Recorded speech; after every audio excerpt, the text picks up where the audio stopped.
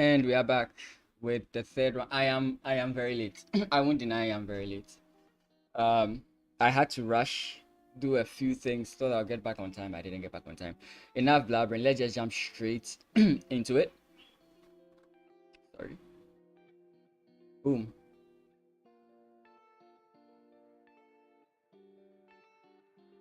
Ooh, okay. So there was somebody who was asking about Nigerian players. Now you see one. Bilal is playing against International Master. Grandmaster Bilal is playing against International Master Odionaikoje. I'm sure I'm pronouncing that name very wrongly, but hey, don't blame me.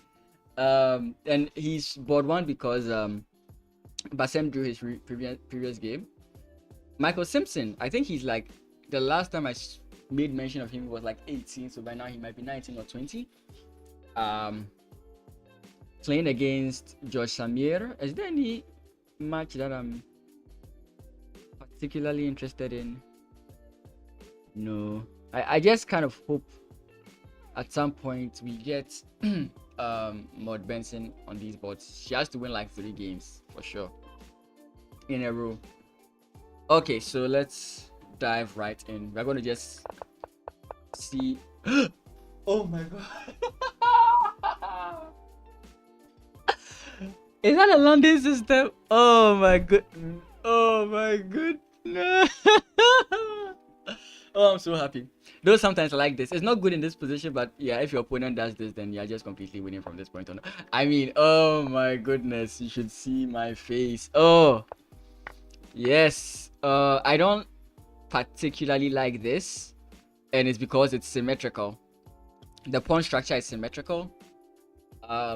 Not everything is symmetrical, but these types of games tend to be boring. So like I was saying, you want to create as much nuance as possible. So you want to go for this kind of reversed Catalan structure, where if anyone who's going for a minority attack, it's black. But anyways, that's completely fine. That is completely fine. We've seen a London system, not the way I would play it, but it's a London system nonetheless. I don't know how I feel about this. I've never played it in this way before.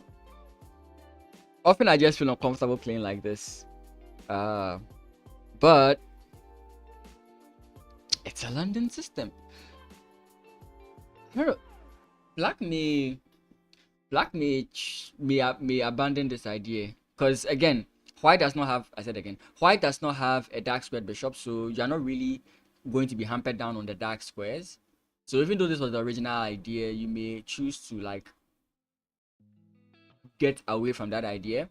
You could also still play bishop and then with the attempt of going e5, which is usually what you do to play against the London, right? Because you can be, if your opponent does nothing, you can weaken him on this d pawn. You can really hamper him down on the d4 pawn. Okay, but let's not, yeah. Okay. Yeah, so he does go for that. Eventually e5 might come in. But the way this game seems to be going, everything is going to be happening on the queen side. So I personally don't like these structures. It's not bad, it's not losing. I personally don't like these structures. Though it's simple and straightforward, like a game I would like to play. And now e5 eventually comes in. So it's e5. E5 is a move you always have to watch out for when you play these types of positions. And here you'd want to, okay, he's pushing the queen away first before he tries to deal with this whole thing. Because the point is, the queen and the knight and the bishop put pressure on this pawn. And if you allow it, you are going to lose this pawn as white, right? Yeah. So queen takes, knight takes, bishop takes for sure.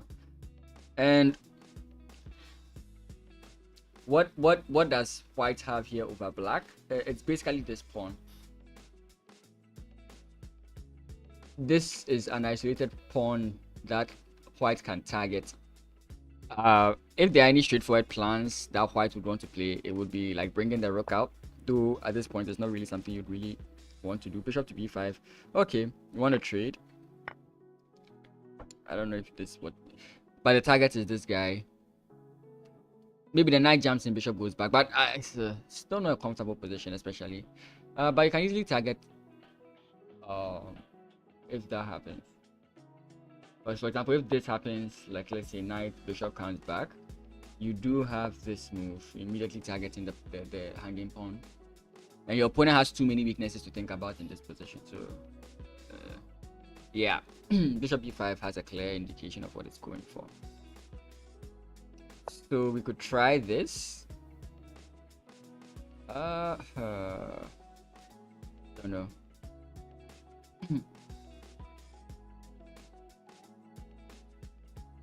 Someone is saying something interesting is happening in Basem's game, but we'll get to it.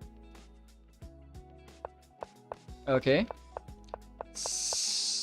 Rui Lopez, as always. Oh, okay. This Rui Lopez. Okay. My aggressive players have woken up. Like, it's only when I watch these tournaments that I see like such aggressive gameplay being made, right? You don't often see it like this, but it's when I see these tournaments I start seeing games like this. Sometimes at the higher levels you don't see such complex lines, such like crazy moves. Castle's queenside could be plausible. At this point I'm even wondering, like, would we want to bring our rook here, or would we want to try something sinister with this? It doesn't work, but like, you get the point, trying to open lines against the opponent and possibly using that line against our opponent. But of course you can like simply like try and hide this way, and there's no real instant attack that you can do. So I don't know if that's the idea that you want to go for. But takes castle. This is not looking safe for white. King up. Not looking safe for white. Oh, damn. Okay, I was thinking about this idea. Doesn't work. These pawns can break open the position and add another rook into the whole assault. It's not looking safe for white. And watch as white wins this position, I'm sure. Oh, it can be played, because if bishop takes, then the queen comes in here with checkmate. That was the idea I was thinking about. I did not look at the fact that this was actually existing. So now the queen tries to force a trade. We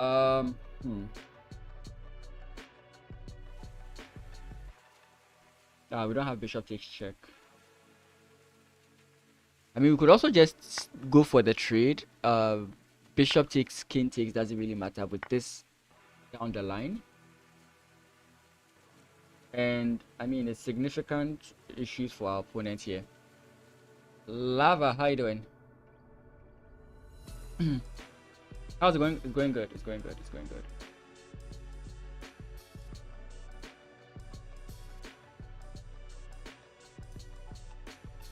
I don't think these, yeah, even bishop here is a move targeting this pawn push, like these kinds of ideas. It's, yeah, these kinds of ideas just, yeah, I would, yeah, he basically just took. Oh, he just took. He didn't even think about it. Yeah. 2200. Again, these are not my games. I'm, like my title says, I'm simply just giving a commentary on these games. So I'm not the one playing in any way, shape, or form. This is International Master Michael Simpson versus International Master George Samir David. There is the African Individual Chess Championships. So yeah, it's been played in Botswana, and basically this channel exists to basically try and bring light to chess in Africa. So I like to cover these tournaments, but I may not, like, these live streams are very difficult to do, so enjoy it while I do it. Anyways, so this is the position we are in. I prefer black here, but funny enough, the engine is like, this is not 100% winning. Maybe he missed something here. Let's see. Maybe there's something better than that. Nah, after, yeah, it's the best move. Yeah. Okay, symmetrical Italian. That's the kind of Italian that makes you sick. Idea is this, and there are some funny things that go on here. Takes, bishop comes in, rook comes up. We're about to see an electric slide being done. Okay. Huh?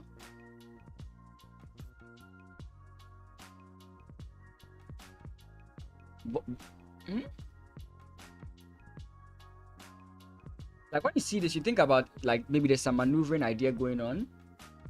Like maybe he wanted to transfer his knight through this path. But that's an interesting way to go about this. I get maybe you'd want to bring your queen into this position. But couldn't we go about it using the C1 C1 H6 diagonal? I don't know. W Africa, hey, thanks. Always appreciated when anyone speaks in the chat.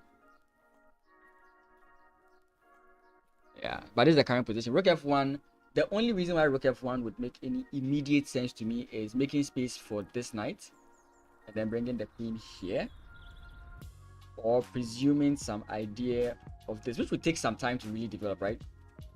Because you'd have to bring the queen into F6 and then G4, G5 if you want to attack here. In which case, I feel like white is well equipped to dodge that, because for example, if queen comes into F6, you have this move and you can't play G5, right? Ah, wait, I think I see it. Yeah, you still play this, for example, and here is not, I mean, that's it.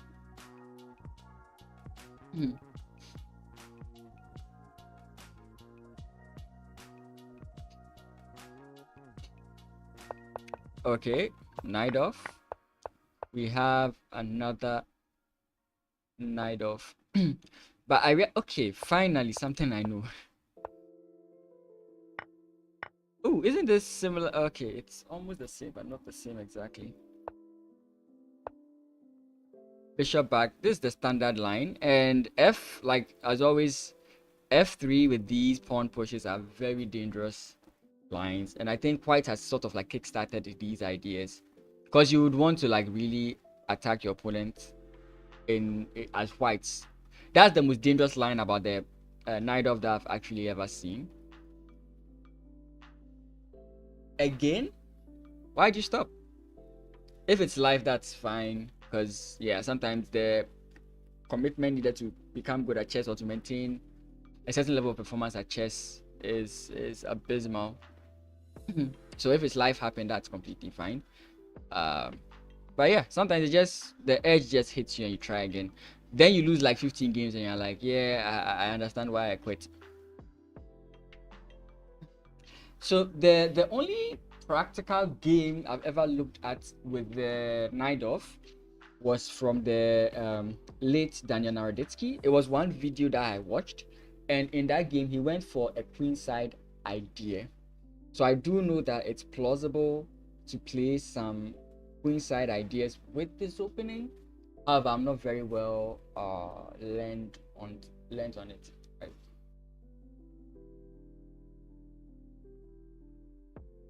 This bishop move, sometimes I feel like not sometimes I feel like this move was quite slow. I don't know if you would want to go in this way, but that's fine. Queen D2. Are we still going for this move? Because he obviously wants to castle kingside, queenside, that's for sure. Castles queenside and then F, G, and then we go from there. Oh wait, there are more moves. I stopped at one place. Yeah, castles queenside, rook comes in. Okay, quick trade with the bishop. I think he wants to go G4, G5, and that kind of speed runs it. So now F4, not F3. Huh. Okay, so this is technically what you'd expect to see in the knight off. At least with the pattern that the lines that I learned, these are how the games form. Currently it feels like white's idea is being steamrolled, but after b4 b5 b4 white's plans can also like catapult themselves out. So if he could open up this bishop as well, that would be magnificent, but oftentimes it takes a while to develop that.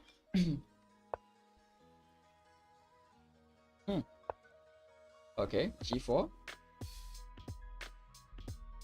I was saying something here. I'm like, this is common math, right? 1 2 3 4 and then 1 2 3. Attackers versus defenders, who wins? Obviously the defenders win. So I'm like, oh, it's going to take a while to push this pawn. But white is like, nah, I'm just gonna do it. I'm gonna do my own thing. Maybe the idea is to step with this pawn or to jump in with this knight at some point. I mean, b4, b5 does affect this knight, and then you can actually jump your knight into this position and cause havoc there, possibly.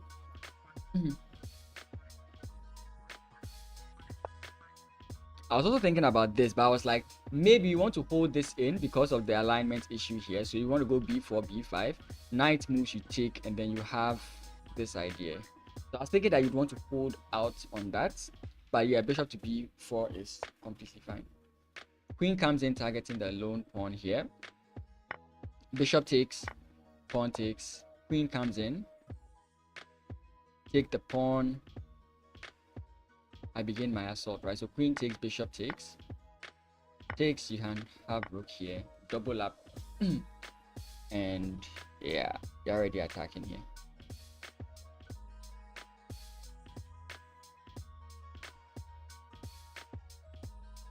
Okay, so what happened here? We had knight b1, knight takes pawn.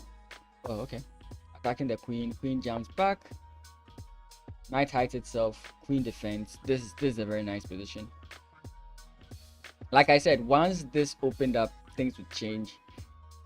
But it's now gone from an aggressive, let's attack each other. Though white could still like try for that idea. Now it looks much more tame, and it's probably going to become a little bit more positional from here on out.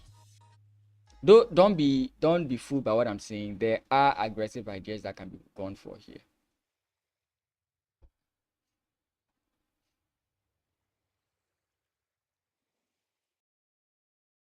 The knight it does enjoy being here, so I don't think you're in any hurry of taking this bishop. Practically, you wouldn't want to leave the bishop there.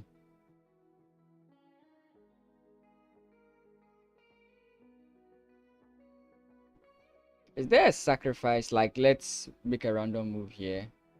That's the queen takes. Okay. Like, if queen didn't take, I was thinking that this is actually a very crazy move to make against your opponent. Takes.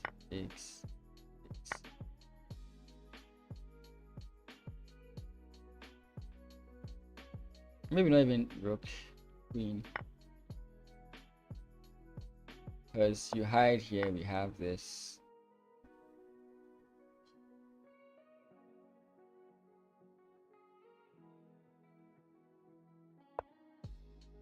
Here's the move. Yeah. So knight f4. That's the move we have right now. Let me just jump to Amin Basem's game because I want to see why people are like talking about it. Okay. King's Indian attack. That's a KIA. Yeah, feel free. Shoot with the question.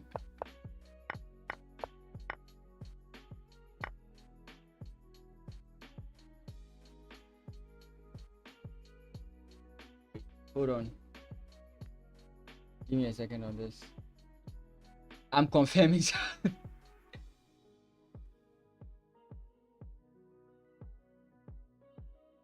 What? I'm confirming something. Give me a second. I need to not just up.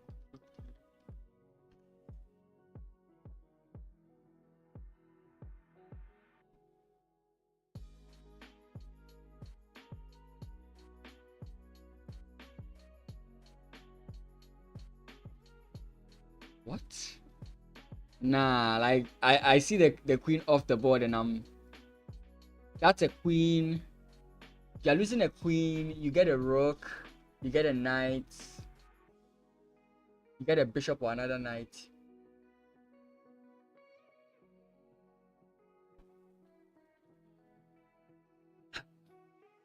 I don't know. I don't confirm who is playing as white in this one.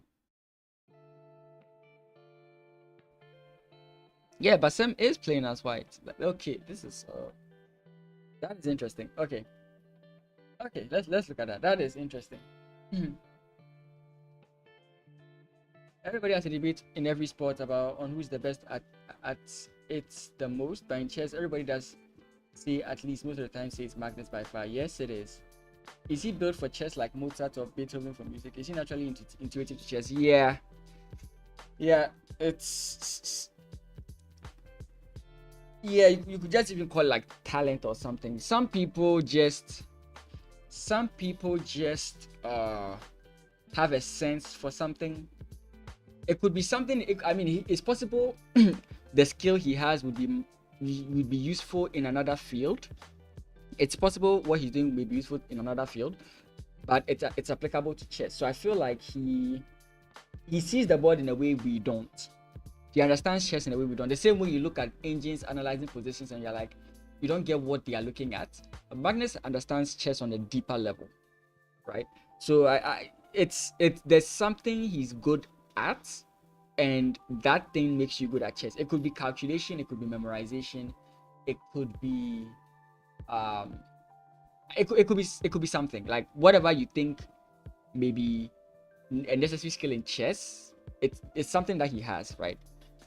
One of the things about chess that makes you strong in chess is your ability to memorize or know many positions. You can understand the position, which is key, but if you just have like a textbook of positions in your head, it's like holding a logbook, right? You see this, you just, okay, this is what it means, the two-tailed test. Accept or deny, that kind of thing, right? You accept I've forgotten my terms all of a sudden. You accept the whatever it is to be true, or you deny it, right? So it's something like that. You play lichess and you are new, that's cool. You will definitely improve from time to time. Just don't give up. Chess is stressful, but don't give up. Yeah, starting early too is good. You should also study the Poga sisters. It was an experiment. The Poga sisters was an experiment done by their father and their mother. Basically what they were looking at was let me just jump a little bit forward. Basically what they were looking at, why isn't this moving? Basically what they were looking at was how that like siblings can affect each other. Like they were looking at success based on siblings. I kind of forget it. So the first thing was to teach like how siblings affect the growth. Yeah, so it's like the first sibling was taught chess. The second one was not introduced to chess, but she naturally learned chess because the older sibling was playing chess and all those kinds of things. And then you look at Malcolm Gladwell's Outliers. He talks about the 10,000 hour rule. The earlier you start, the better you become. He even looks at another option where he looks at like baseball players, I think, or rugby players, and he realizes that those who are born in the same year but born on January and born in December tend to do better. Like it's so crazy when you look at the parameters that come to success. We try and highlight like specific ones, but there are so many things that go into success. So whatever it is, or whatever parameters that make someone good at chess, Magnus seems to have it, and it helps him. That does not take away from his work ethic. He did train hard, but there's something he understands about chess that quite a number of chess players lack, and I would say that's what helps him. It's like the exam. Yeah.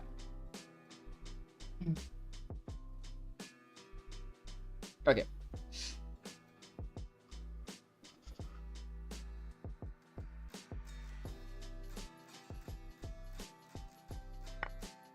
Oh, it's extremely high. Even Hikaru will tell you himself that it's too high.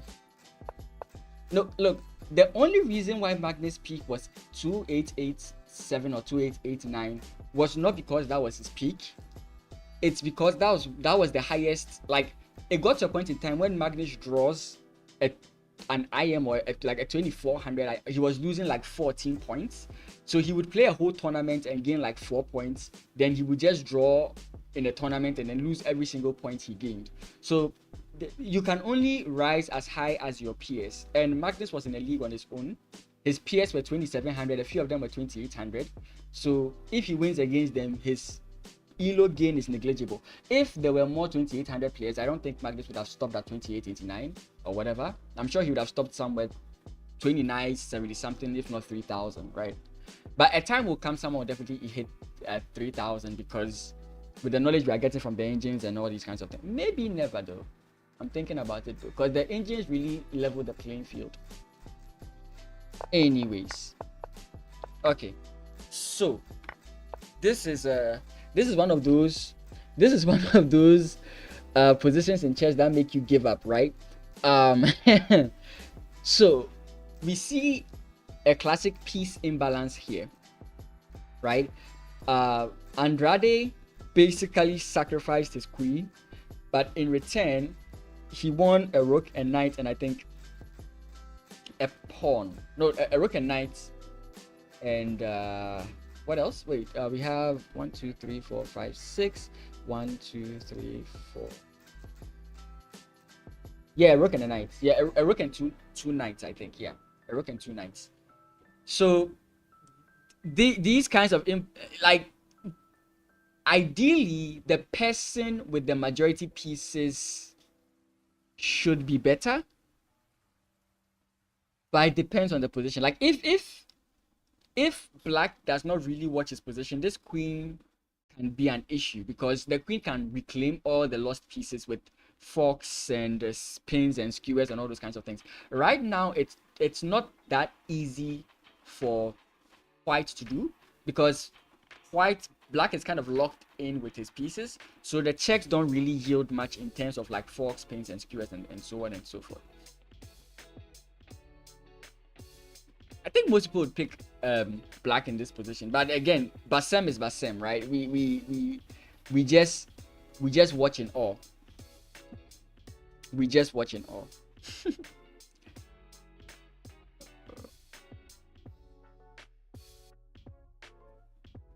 Would you as white want to allow trades like this to occur? I don't think you would. I don't think you would. But white does have this idea of bishop targeting this guy. This bishop cannot join the defense, so possibly the king is going to step in here. How do we cash in?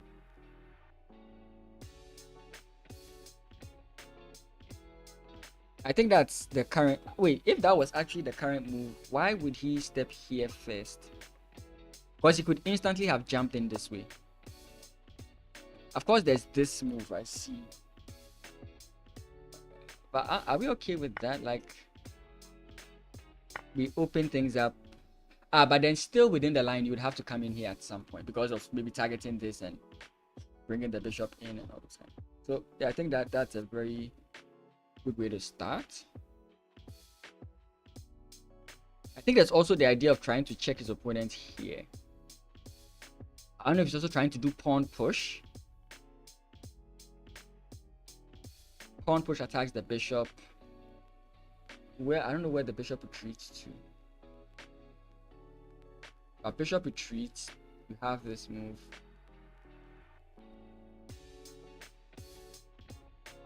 I don't think pawn push is necessary now. I think. Oh no, this rook is annoying.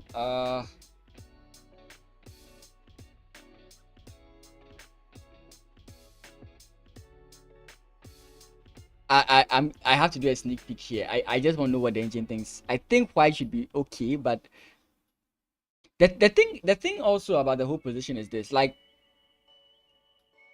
the pieces, though he has more pieces, are inactive. They are not doing anything. This bishop is locked in here. These knights are defending themselves. This bishop is staring at granite, and this rook will take some time developing itself out of this position. So basically speaking, the only active piece for black is this rook on h1. So there are more cons than pros for white in this position.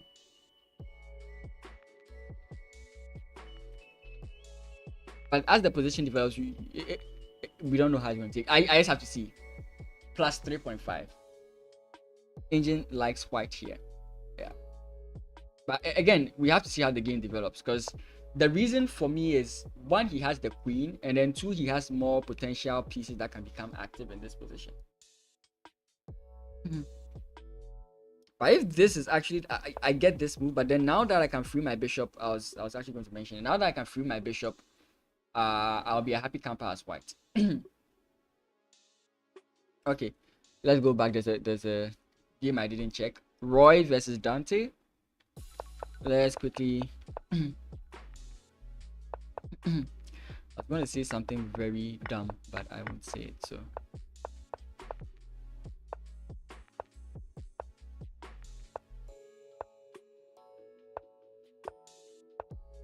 I sometimes you just hate these pros. Oh.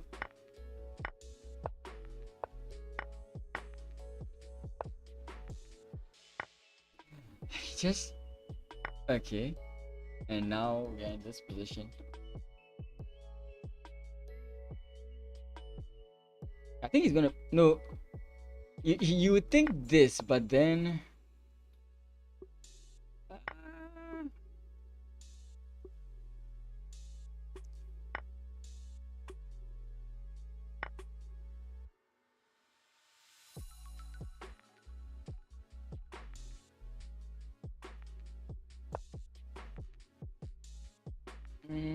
doesn't work. Doesn't work. I'm thinking about funny lines that don't work here.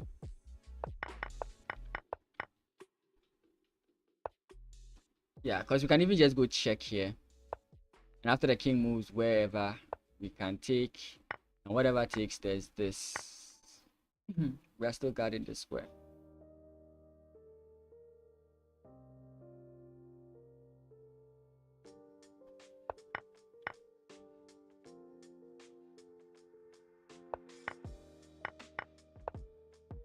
No, it's still looking at my move, sorry. Okay. Banele Mahongo versus Mark. See how I'm dodging the other names just to save myself. Okay, let's quickly check this. Catalan with a London-esque position. This is more of a collie than a London for black. Whoa! D5?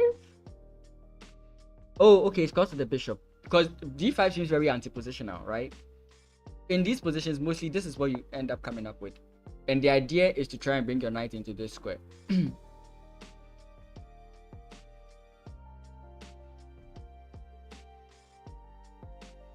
At least if I recall my studies from Mauricio Flores.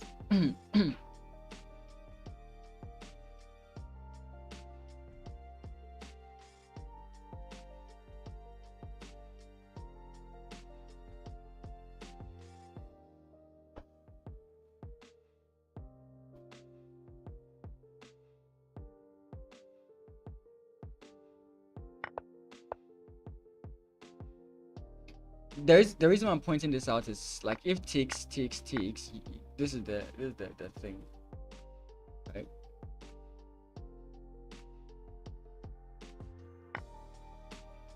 But I don't know if this actually like helps because there's still this.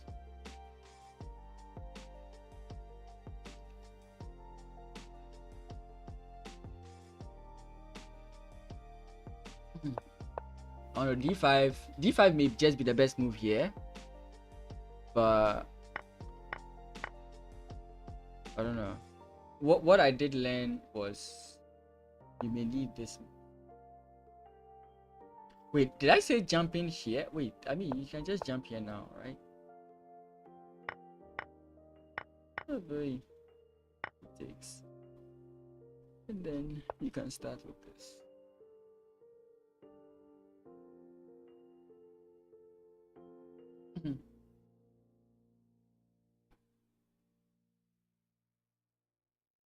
Maleng. Wait. I don't think I finished the position.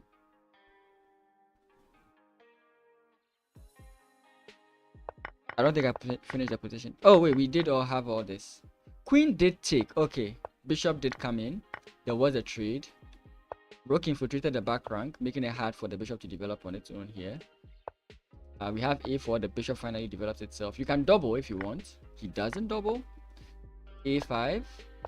Okay, dislodging the pawns. This could be a target in the future if your rook is not guarding that square. So pros and cons.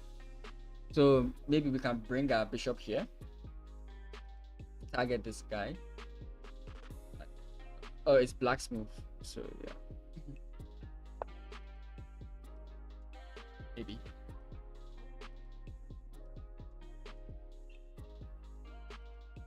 A6 basically just helps to.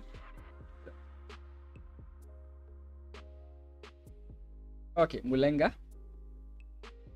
Prince Daniel versus. Okay, Gasite. I really don't know. Help me. Let's go. Oh, come on. We're so close. We're so close. We're so close to a London system. I will piss off everyone who hates the London system. Yeah, but it's something that you often sometimes do. If your opponent decides to bring in the bishop, you trade off. Why?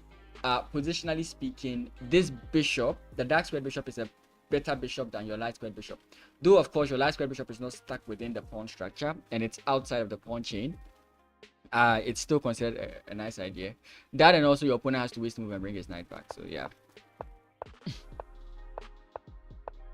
And this is a funny way to go into a Catalan, isn't it? Pawn.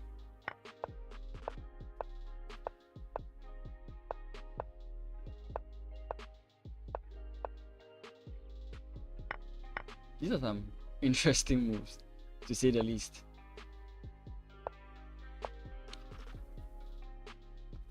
Somebody help me. Somebody help me.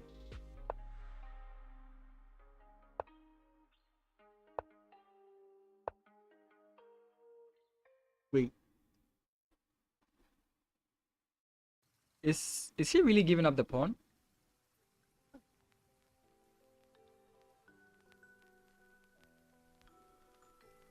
You can only play this way. If you defend this way, you lose this guy, and that's a problem.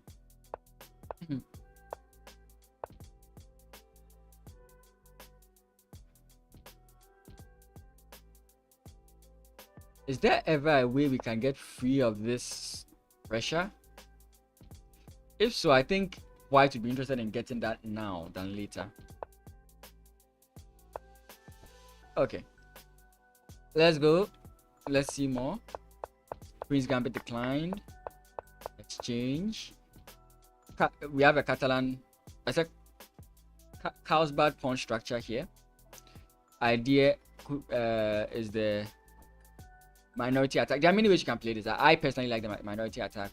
I think, read that getting your knight here as black is one of the things you would want to do because you want to jump into either of these two squares. So getting your knight here, either for white and for black, is advantageous. I read somewhere, I think. Okay, we retreat. Kind of reminiscent of a Jubava landing, but not really. The idea is that flow from a Jubava may not be the exact same that flow from here. Knight jumps in. Okay, back. You can do like a stonewall position here with f4. He does that.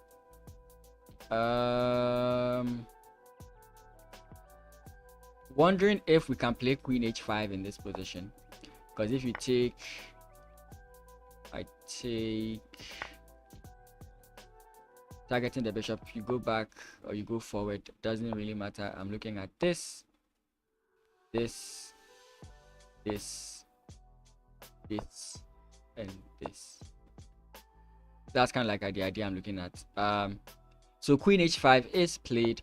Knight jumps back defending. You see the issue. Oh, but there's still queen check. Check king h8. Knight check. King take. Queen takes. Where does the king hide? Yeah. And we block with the queen. So you can win the pawn, but then you lose the attack. So if you wanted to force the attack, you'd have to go like what? G4. G4, rook takes. Let's see, bishop takes, pawn takes. With the idea of sliding in, and then I don't think that's really like pushing it. Like that's really pushing it there at that point. Oh yeah, of course, the same idea, right? Wait, what?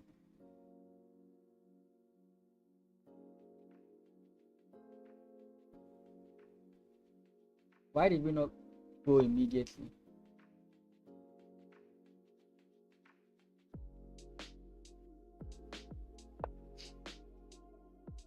Hey, no problem.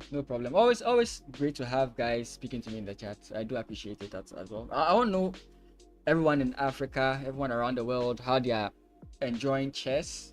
If they need help, I can help them with the little experience that I have in coaching and in playing professional chess. during a certain period of my life. I'm quite young, don't be afraid. But yeah, if there's any way I can help out, just let me know. Okay. Oh, is it just simply, but doesn't it just help your opponent start? Yeah. Hey, very much appreciated as well. Is the idea? I don't think it works, right? Does this work? I don't think it works.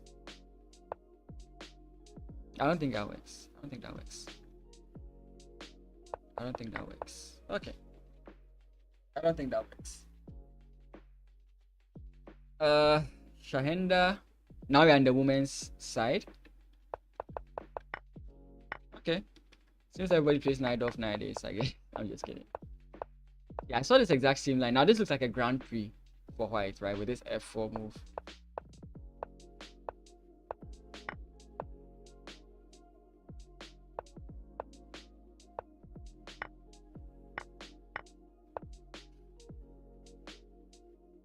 I hate this. I hate when I don't understand what's going on completely. Queen takes. Won't black just trade there? Yeah. Takes. Once again, knight versus bishop. We've seen this multiple times in this tournament.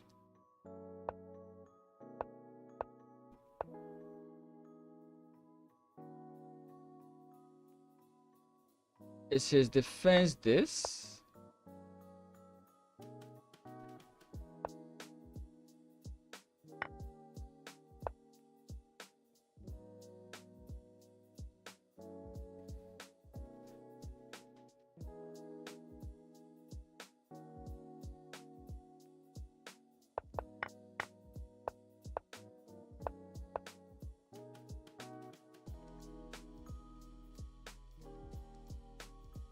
Pawn push, attacking the rook. Rook comes in check. You win the bishop though if you wanted to. I don't know what else you want to do. You could simply play promote and then win the bishop. Now you have two pieces. You have a piece, sorry.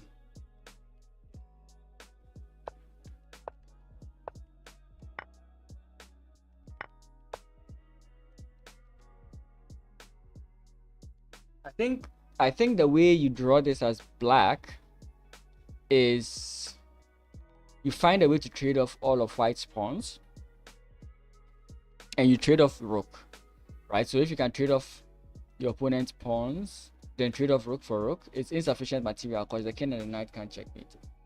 So that's what you'd have to look for in this position. That's if you want to draw as white.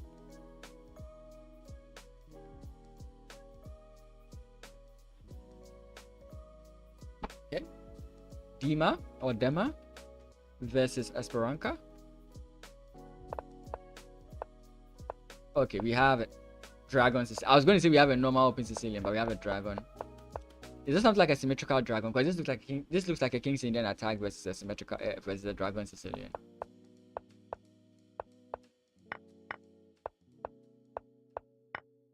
For those challenging me, I'm not accepting challenges. If you've been on the stream for a while, you know when I'm accepting challenges, how the screen and everything looks like. So I'm not accepting challenges today. If you keep sending random challenges, you're not going to get an accept from me. So please refrain from doing that. I'm seeing a lot of alarm, like I keep being notified here. Please don't do that.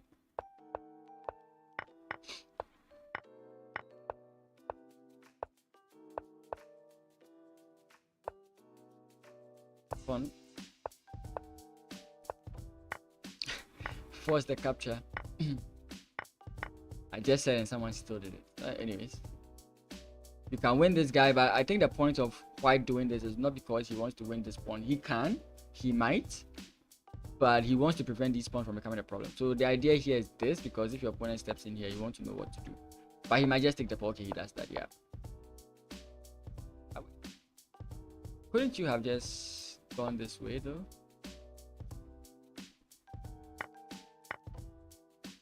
That would be why. He doesn't take it immediately. Steps in. I think now you want to step this way. And if possible, h4. And make it hard for your opponent to infiltrate the position. That's what I foresee happening. So rook f5 is the last move. Oh, Fowino Toritechumo.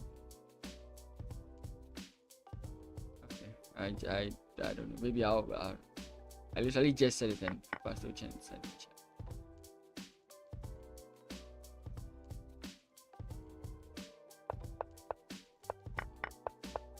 Okay.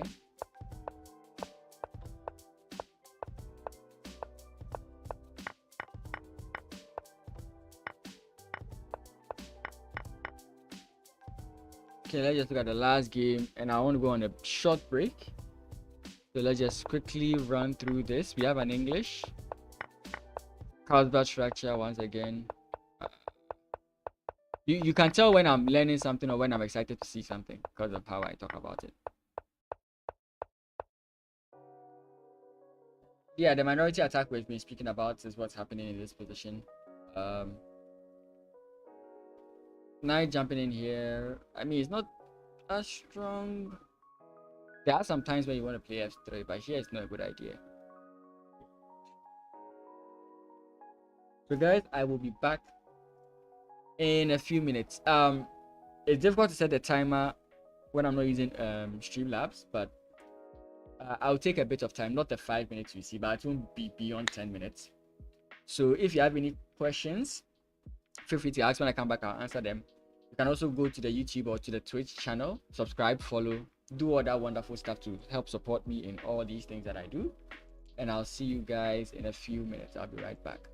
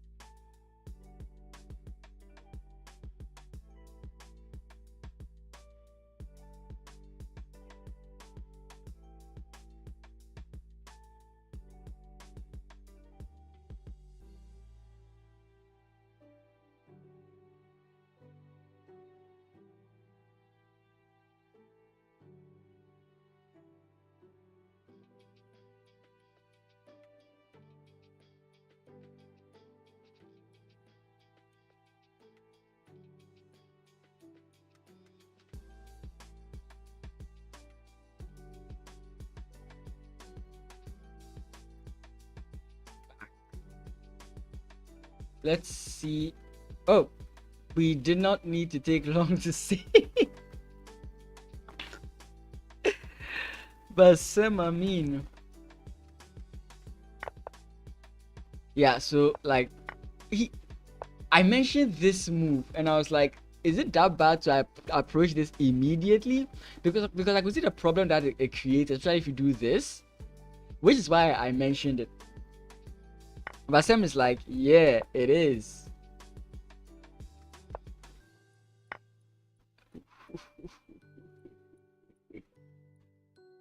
Because you can't. Oh my goodness, you just can't hide from Bassem. Oh, he missed it. I mean, even if you came in here, you'd get hit with this.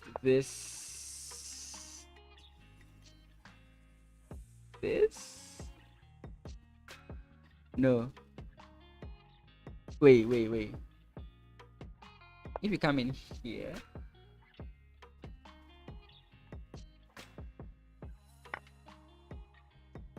takes, let's say knight takes, check here, check wherever, doesn't really matter. You lose this guy is dropping.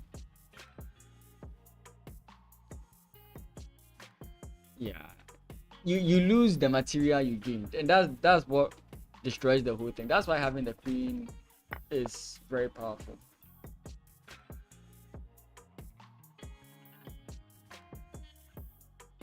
Let's see how my London lover is doing. So we left the position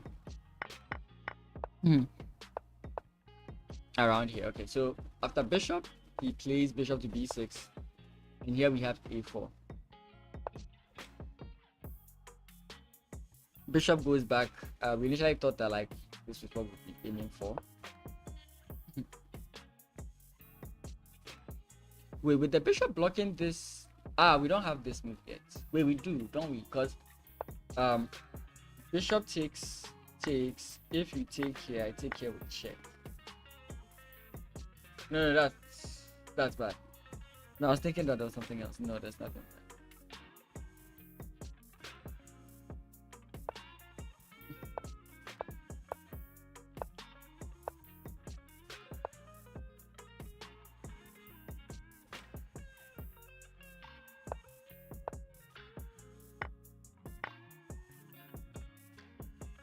Another game has ended. Let me just quickly run through this.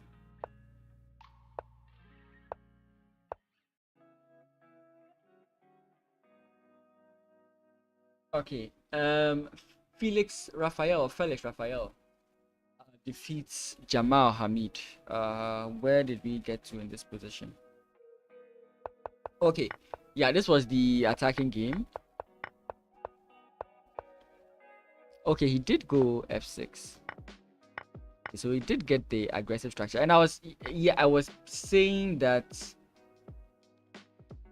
Okay, at the time I was like, you don't want to take the bishop, but you've removed the defender of the bishop, so he took it.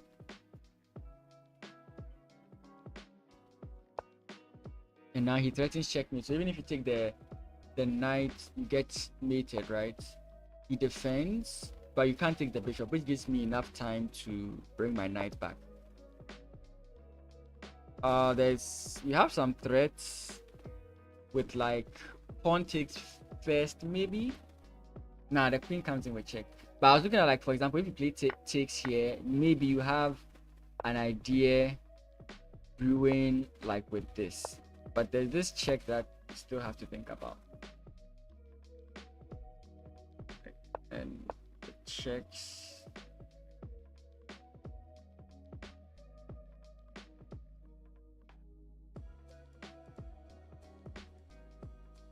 Or maybe not even there.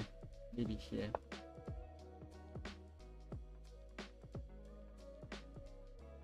No.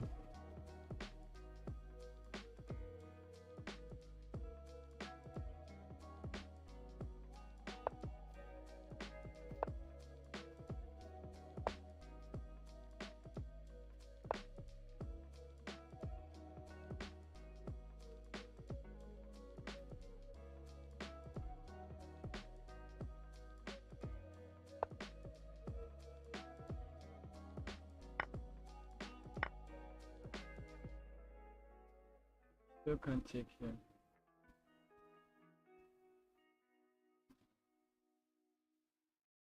Okay, I was just trying to figure it out. Let's just look at what he did. Oh, he did go for takes.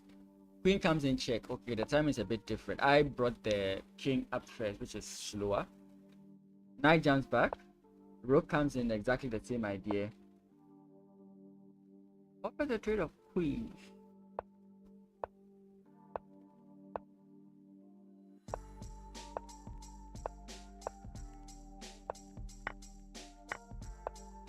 And he resigns in this position.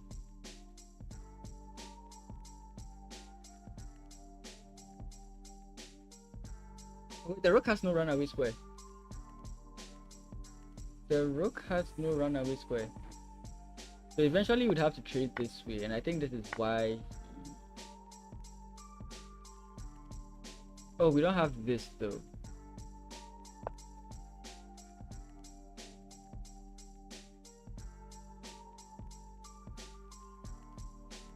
He's just up a piece, so up the exchange and up a piece, so yeah. Oh, Michael Simpson isn't winning. Okay, what happened?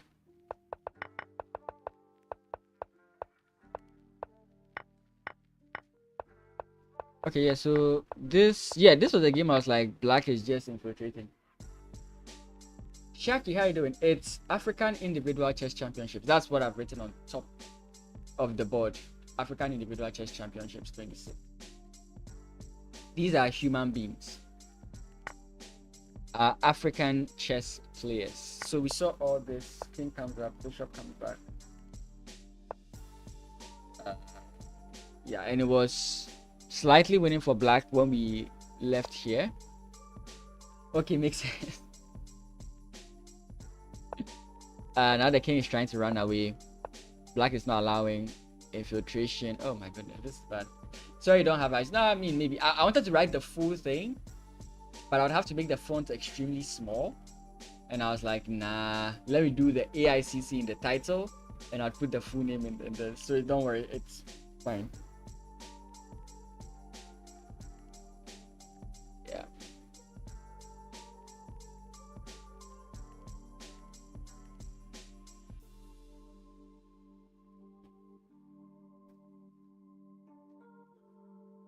So we know this is winning, but why is it winning?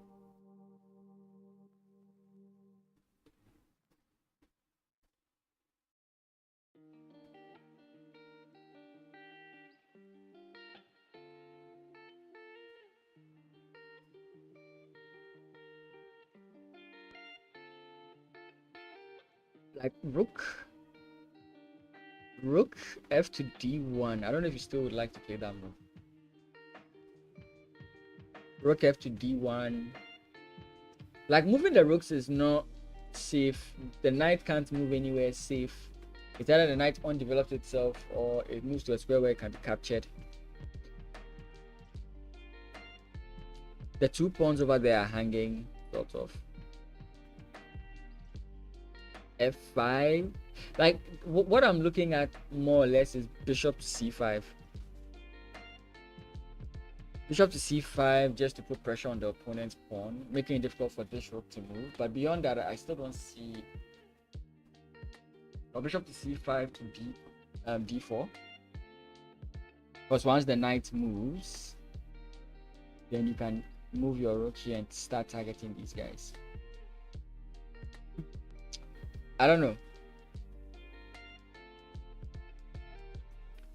Because of course, also once the knight moves, you can take this pawn as well.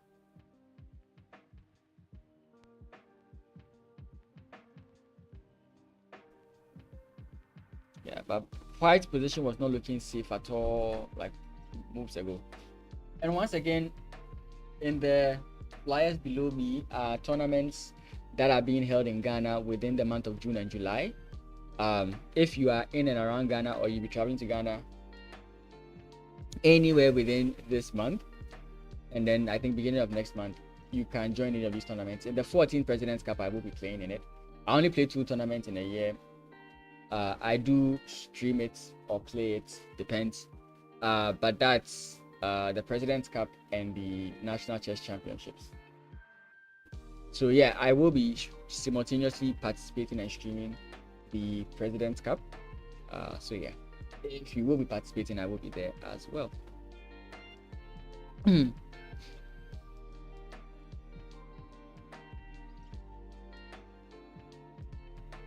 So yeah, it's the President's Cup, the Tema Classics, and the Wednesday cage match. The Wednesday cage match is, I'm just trying to let people know about the cage match themselves, but basically you let the head of it know, and he will pair you up with, I think, the previous winner. Yeah.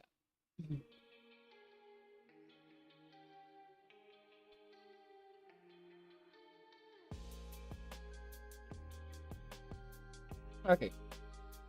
Two South Africans, Solomon Kenneth versus Caleb Levy or Caleb Levi, however I want to pronounce it. Where did we leave this game at?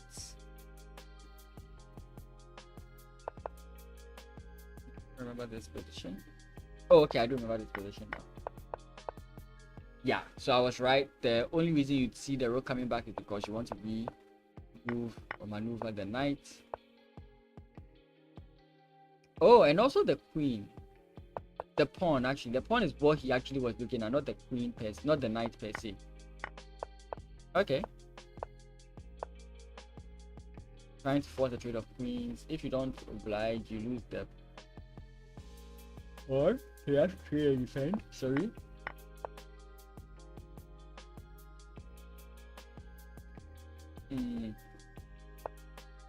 Rook to f3, holding the pawn down there. But I have to think about, like, no, that doesn't work. Yeah. Okay. Targeting this guy, but I think we have to be careful of a move like e5. If he chooses to defend rather than to keep attacking, and rook goes back.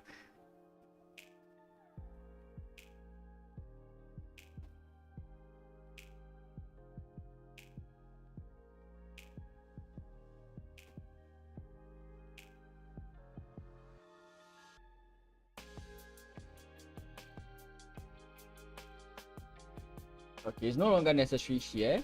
It was here to defend the pawn, but now that this knight has sacked and the rook, it's not so much necessary there. But how do we continue?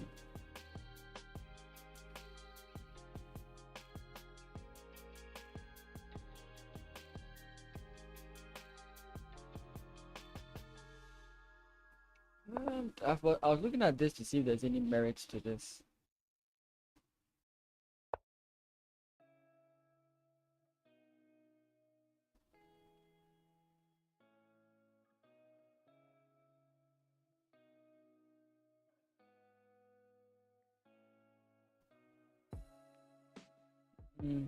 There's also just this. I think that's the other reason why this guy's gone back.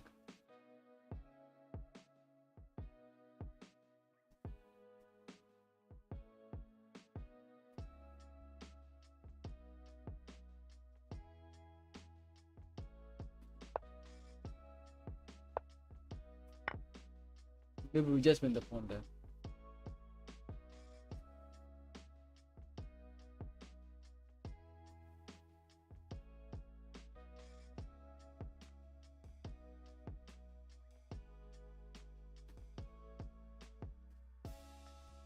That's more likely to be a draw.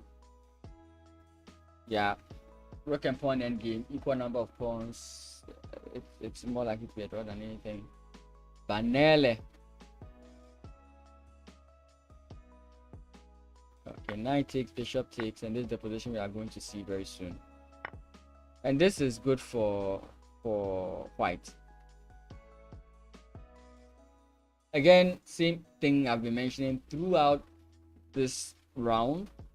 Bishop can watch over these two. Knight can only watch one at a time. Can still be a draw 100%, but if anyone is pushing, it should be white. Now this bishop becomes useless once all these pawns are on dark square, so another thing to think about. So we are looking at this, and eventually if we can weaken the pawn structure and deal with them whilst trying to push this as well.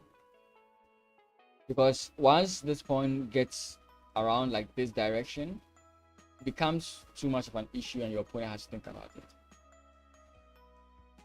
So if your opponent has to succumb with bringing the king to defend this guy, you can focus on removing these guys. By the time the king takes this pawn with the help of the knight or whatever, you start clearing these guys up, and then so that's the kind of superficial plan you want to go for. Pressure with this, make your king active, try and deal with these pawns, make your opponent focus on trying to stop this pawn. By the time he takes this pawn, you have proper control over the king side and going there.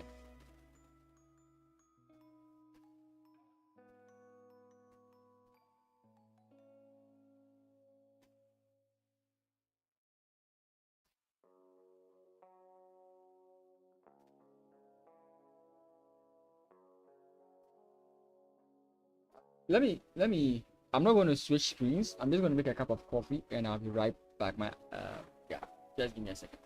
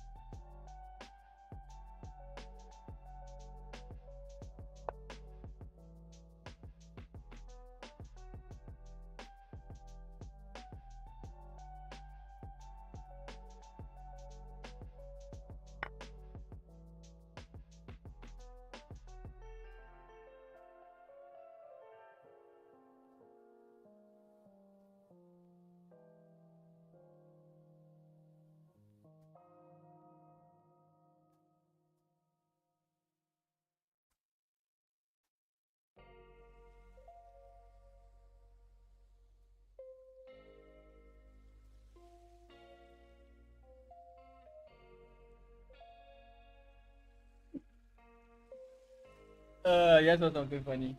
I saw something funny. That's why I'm laughing. Woo. Yeah. Okay. Few moves have developed here. Wait, where was this game again? Yeah, this was the game where there was a stress on the king at that side of the board and the pawn couldn't move. Okay. Okay, now the pressure has gone off of that square. Finally, the rook comes in.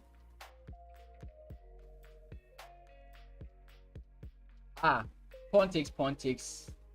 There's a pin on the queen. Absolute pin on the queen, the king. Here you can't trade. Wait, that's what just go for. Okay, that's one.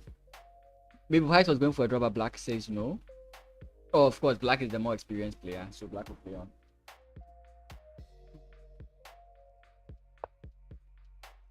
Rook.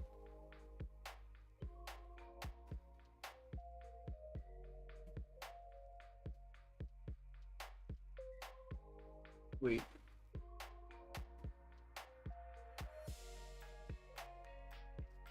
If queen f4, don't we just have e3? No, e3. Because this is where I was looking at. I don't know if this is good enough.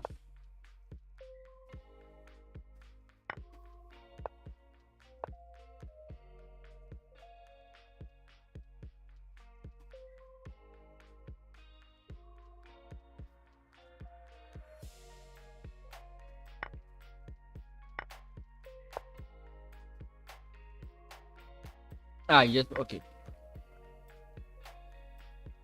Wait, we are far back. Okay, sorry. So pawn push, knight takes, rook takes, sacrifice it, right? Then rook to the back rank. Bishop takes. Knight jumps in, threatening the bishop. Rook takes, rook takes.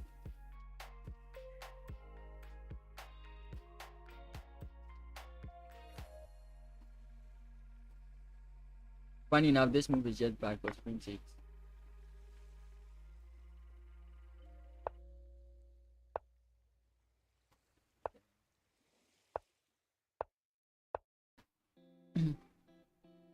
And now you can hide here. I think if you had the opportunity, you do that at some point.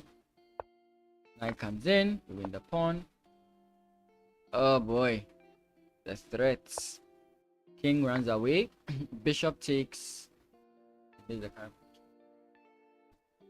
Very first thing you think about is something like this because bishop takes, you can win the queen.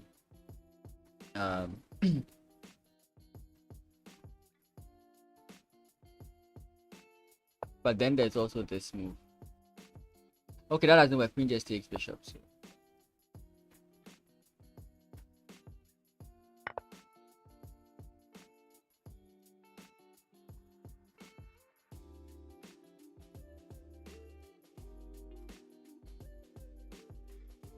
What is that a piece though?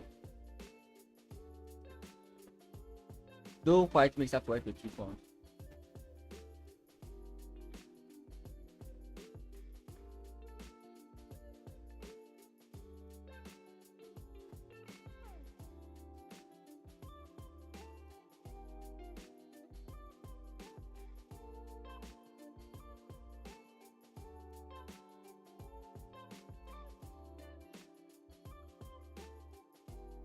We're getting close to 40 moves for some of them. I'll move 40 to get extra.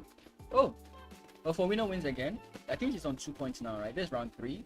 She beats more than she beats this one as well.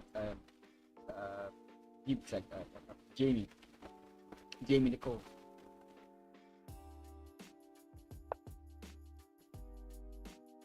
Where did we leave this game?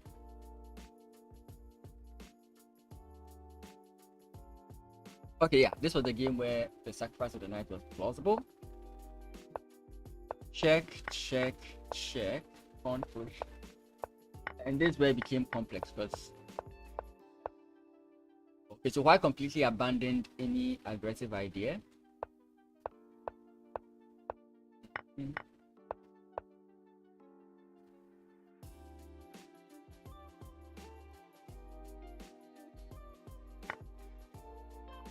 You want to take though.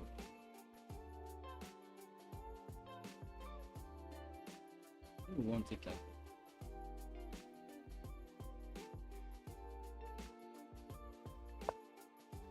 Yeah, the bishop doesn't have any like good squares to go.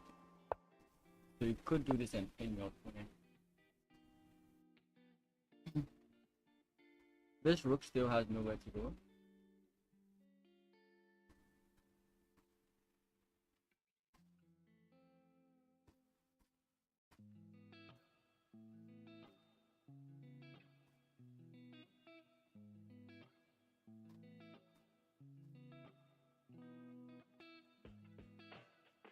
It doesn't make any.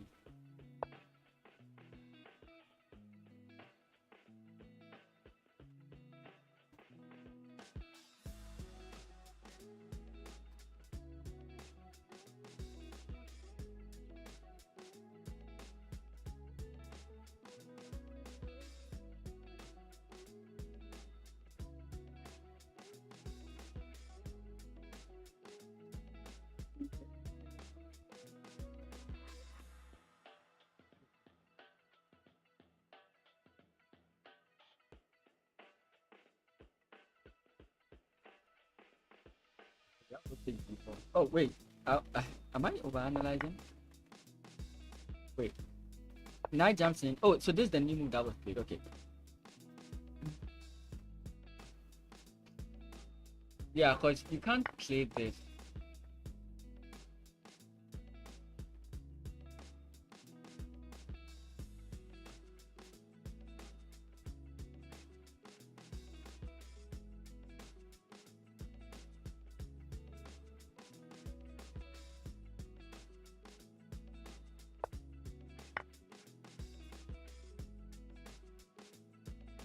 So what's his plan? Does it have to do with jumping here?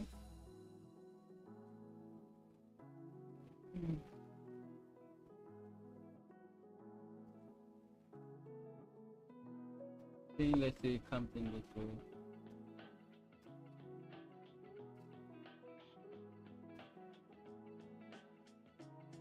Let's say pawn push.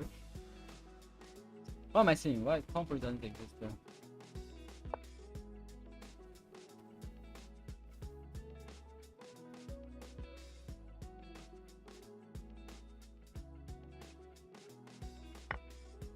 Please d4.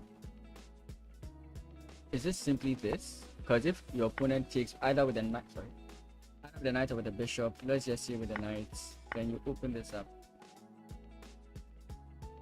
This will be the only way. Not the only way, but even if you move this way, still get hit with this. Rook comes in to defend. Pawn push. Pawn push for a reason, because wait, what am I saying? Pawn push. The rook attacks the queen. What was I saying there? Can't defend. You have to do something here. Oh, what am I saying? There's this. Okay, I'm playing blind chess. Okay, so let's go again. So we come in this way. Knight takes, pawn takes, then there's this. We hide here first. How do we defend the whole position from here?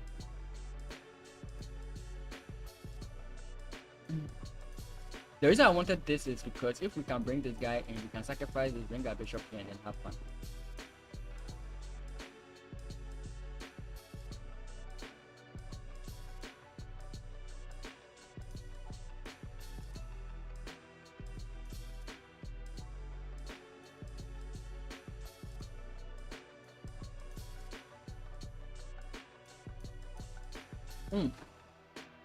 Actually, there's also knight comes in, check, king moves, and then you take, because wait, if king moves, that's fine. The idea I was talking about is if you come in here with check and queen takes, you have this move, because bishop here is not so knight here, check. If the king moves, you win the bishop. That's about it. You lose the queen in that line. So wait, so check, if king comes up, you can take this way.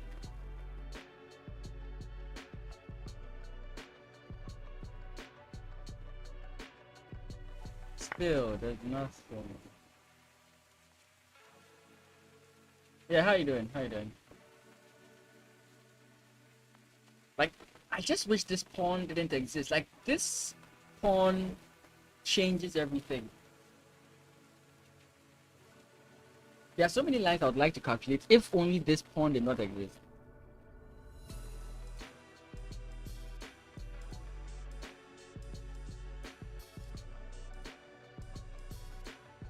Which I'm trying to advocate more for the lines where, but if this happens, this is kind of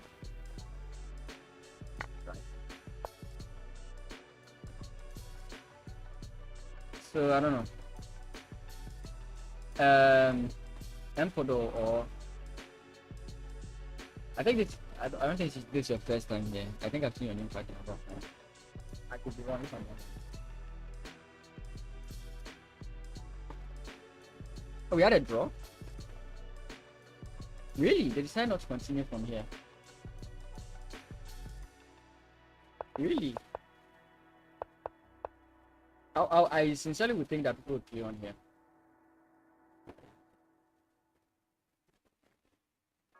I would sincerely consider playing from here.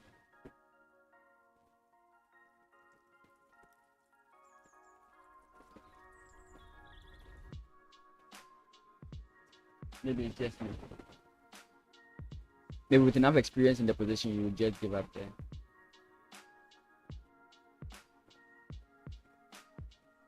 Landing clear. All I ask from you is that you win this game.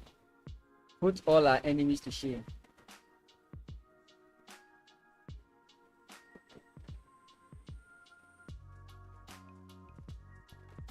Put all landing haters to shame.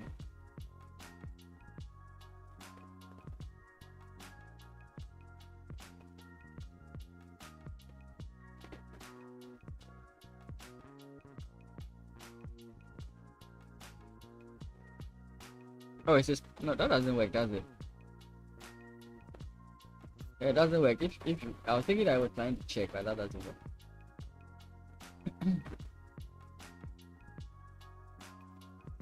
Pawn push. Bishop takes. If rook takes.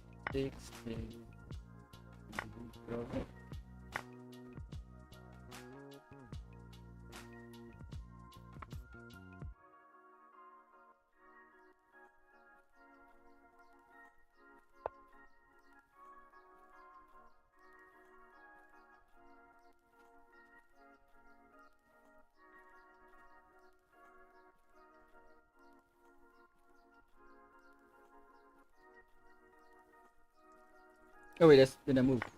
Rook takes, and we go g4 now.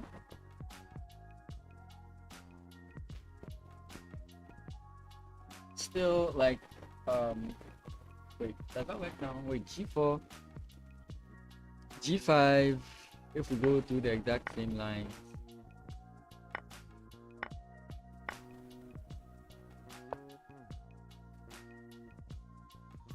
Or rather like this, but we target two weaknesses.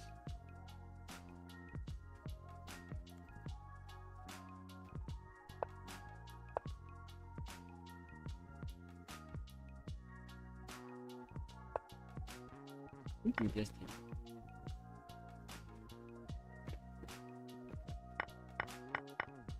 Okay.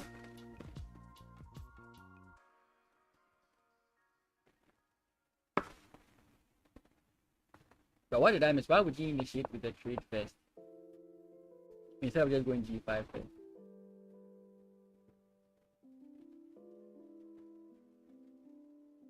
There's something I'm missing.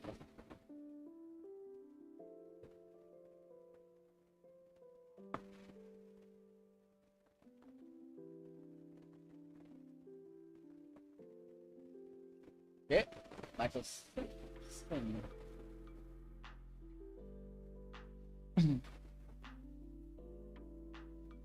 Okay. Yeah, so like I said, you try and trade off the rook. Okay. What?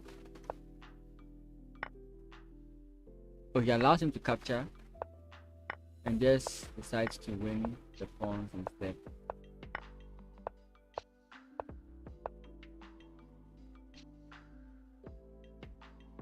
Okay. 4v2.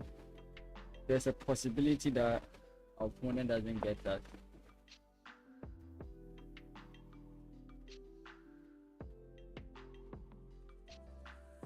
There's a very simple idea of rook c4, bishop d2. Rook c4, bishop d2 in this position is also fine as well. This is a draw. Let me see. They decided not to play this position. Interesting. Oh, they just repeated. Okay. Fine. This game is also likely to be a draw. Okay, they've been in this position for a while. So it's possible if not placed the kings on the position that they need to, because they've been on this position for a while. So this should also be a draw.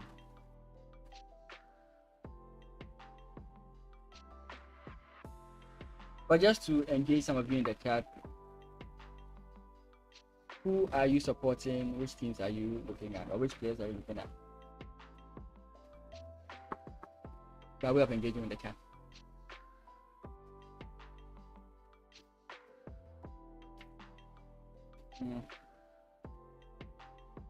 Let's go this way.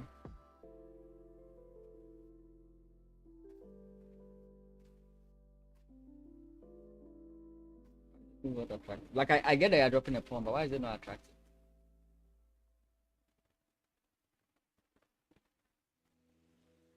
But is at 2.5, right? Okay.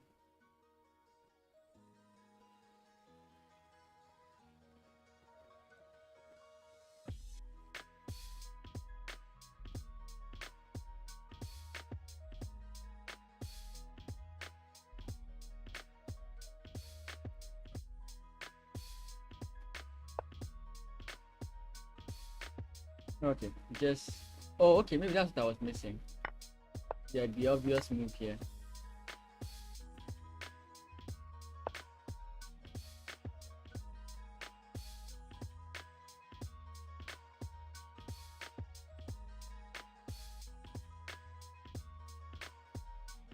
But now that's dealt with.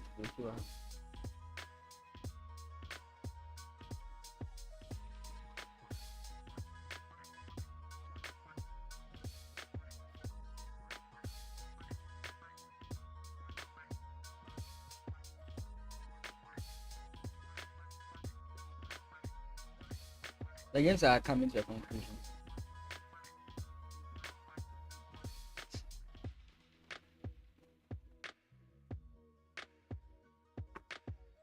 But some games will definitely take time. Okay. Yeah, I remember this game now.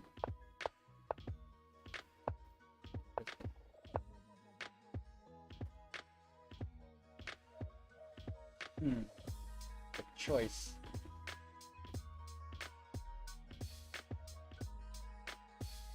This move allow your opponent to take here. If he takes, you can take here. Take here, you can take here. And now it's a draw.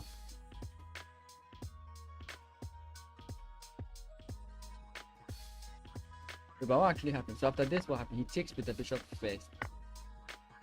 Because if you jump in here, I can easily jump in here. Okay.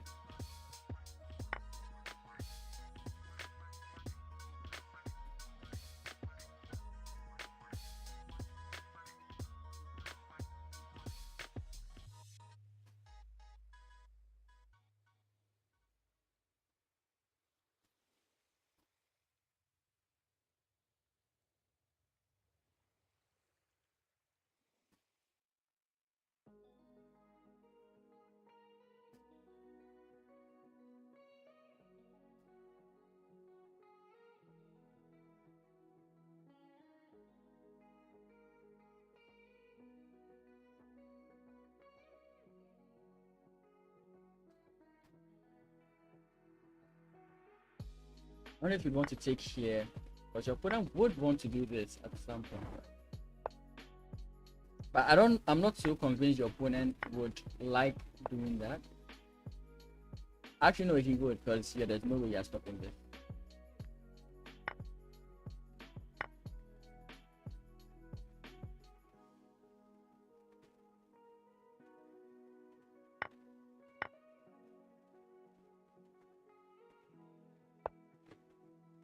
This also is draw.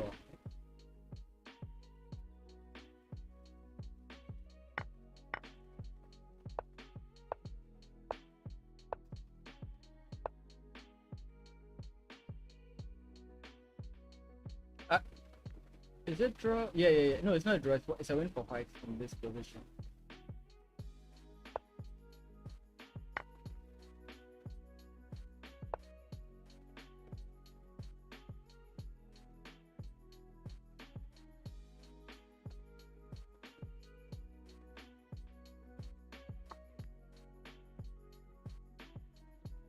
How does Mulenga still have 1 hour on the clock? Is he doing the Nepo challenge? Come on.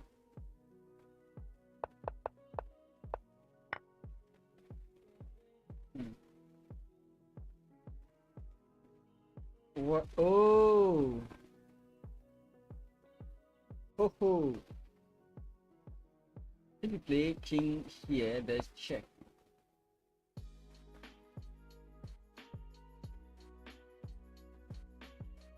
Then you have to play queen takes and then takes here. That's GG. Right? If you come in this way, check here. If you dodge this way, I said dodge. If you dodge this way, yeah, I think you just takes, and then you have this as well. King moves, you can take here. And this is not perpetual.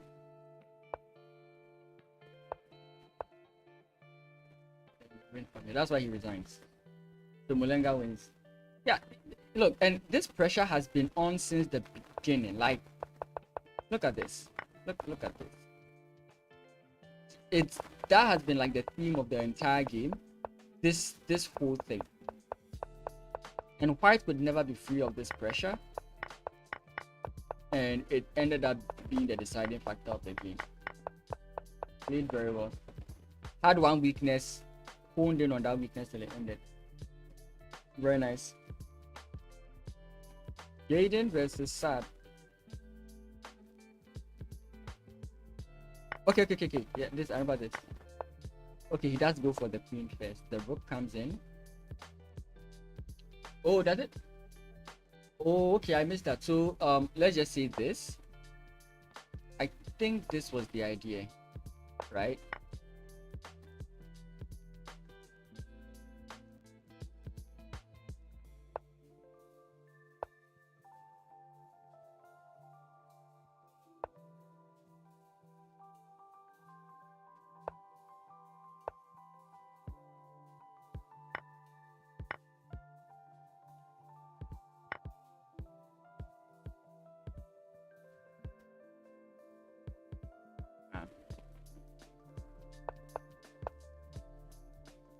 Threatening the fork.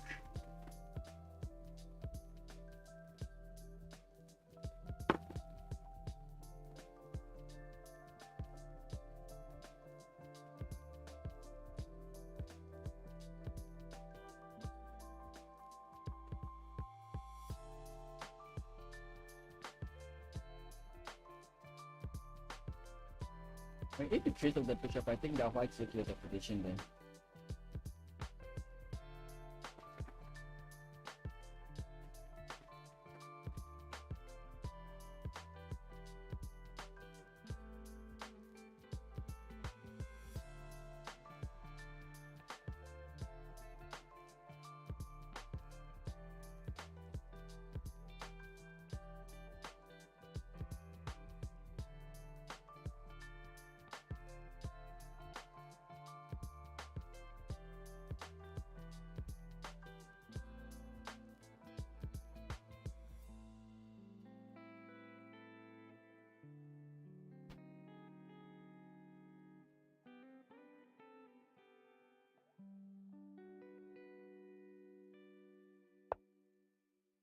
Goes for the fork.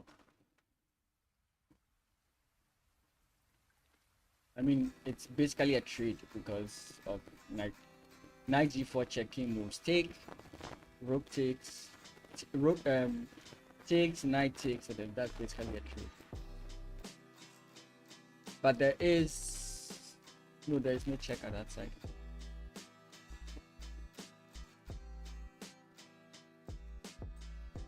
So he's forking here, but you can also like do this. King here takes, depending on who you are. But this is what I mean by there's something in that line.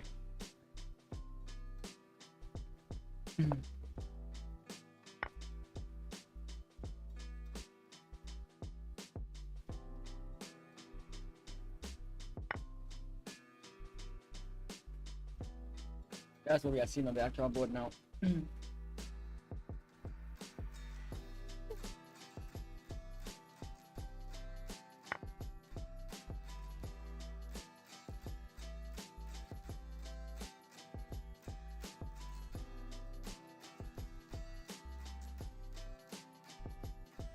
Wait. I just realized something. Oh, okay, it takes me check. Yeah. I still think you take this way. There's a threat here, so this would have to be accounted for.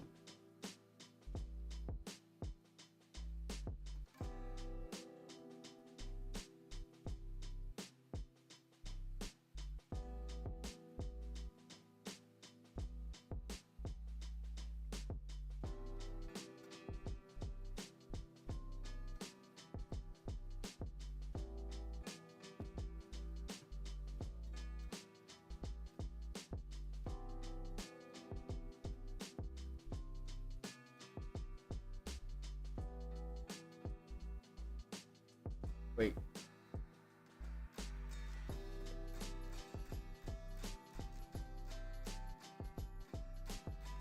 I mean, you can take with the rook, but I don't know. I'm just kind of skeptical about allowing it.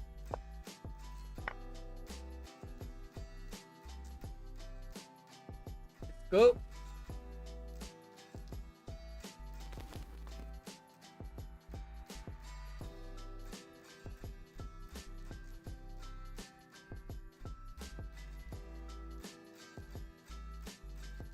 Pawn push is a plausible defense. You can play this, and if your opponent defends, boom.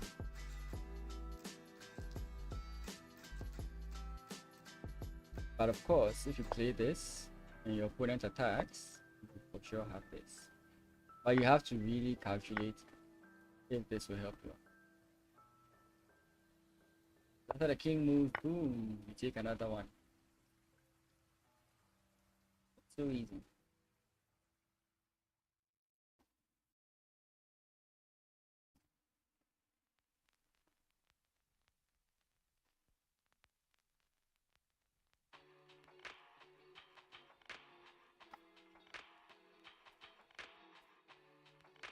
This.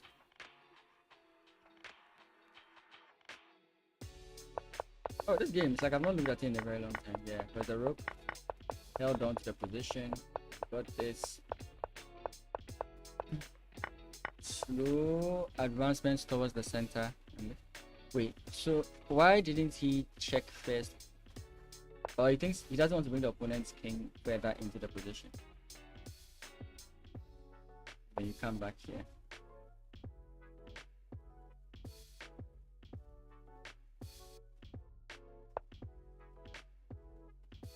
Possible draw there if you wanted.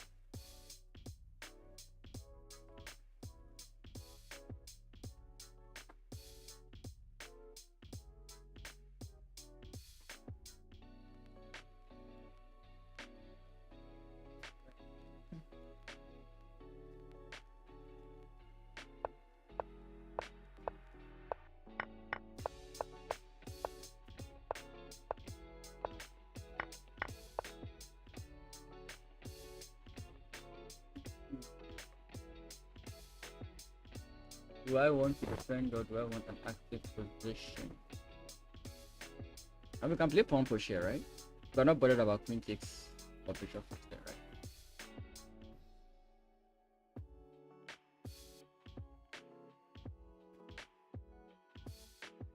But also keep it up to your own way.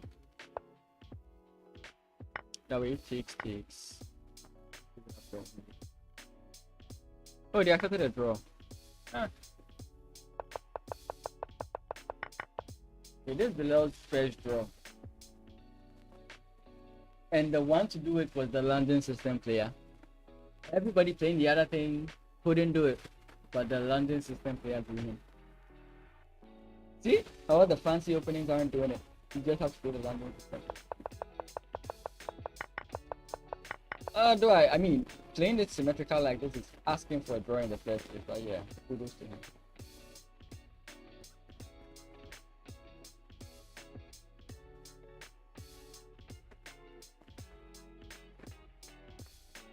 Black is definitely the first hit.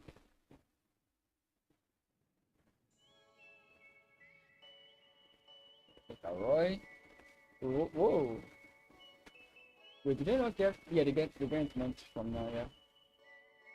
Oh, this is a draw, yeah, this is a draw. I think they've done it, but they just a draw.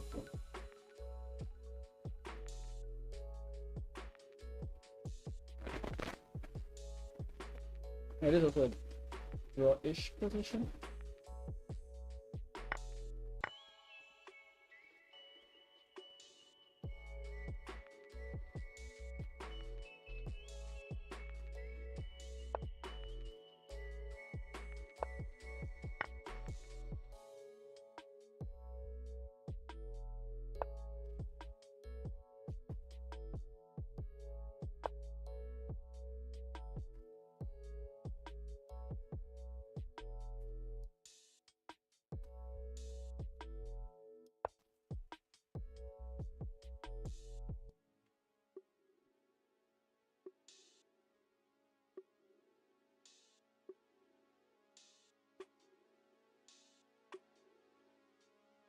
Big spawn process is just after the draw.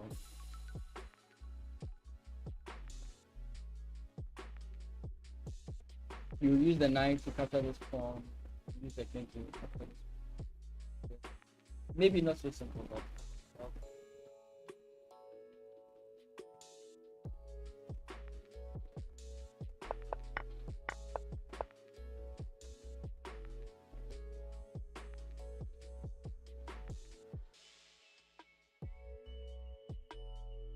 Okay, they're still deciding what to do here. Okay. Yeah. Okay. King takes is threatening checkmate.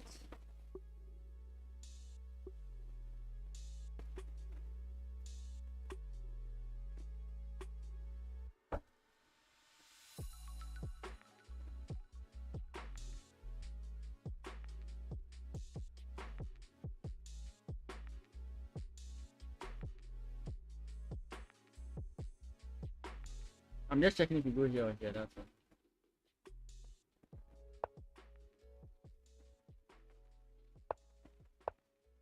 This knight rook configurations sometimes tricky for me.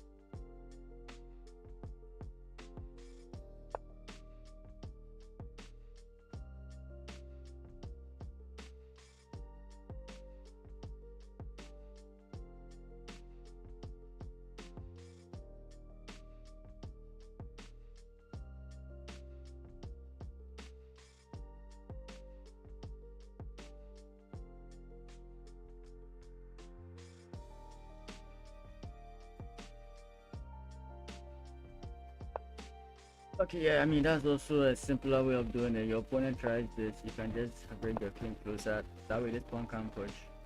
Comes in this way if you feel like it, you start pushing your pawn.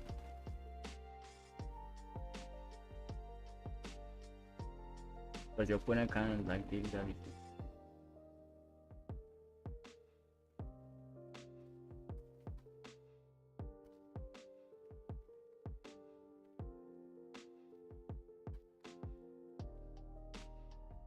Oh boy. Okay. Going for the third break. The games are concluding at this point, so it's not.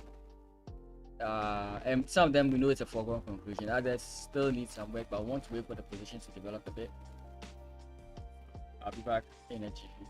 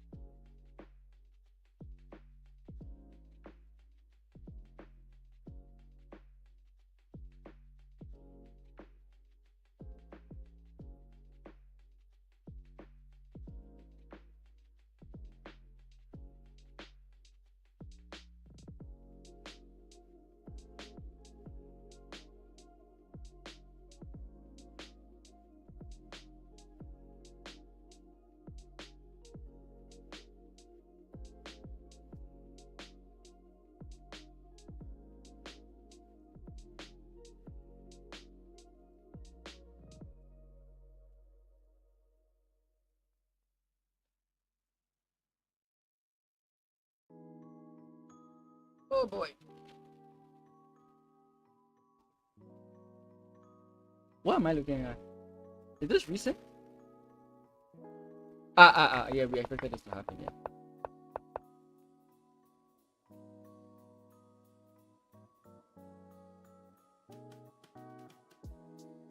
This we expected to happen. Okay.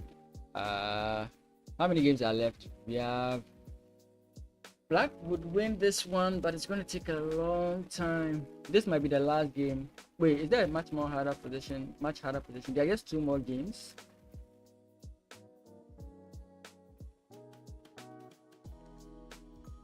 Wait, this was the game with the queen. Okay, so what's happening here?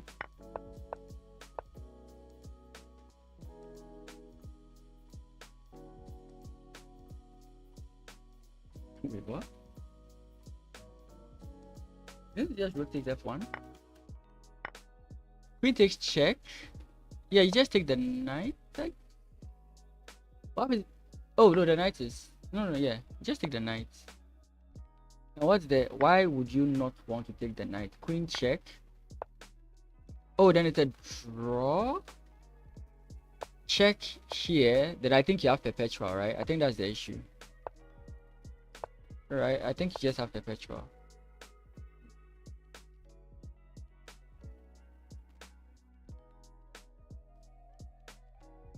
Wait, but even if you did this, don't we still have some sort of perpetual? Wait.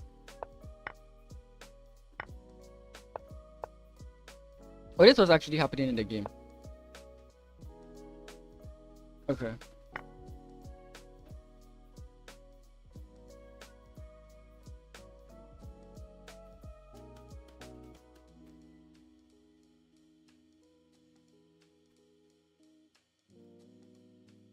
So many things that I'm seeing, I'm confused at this point.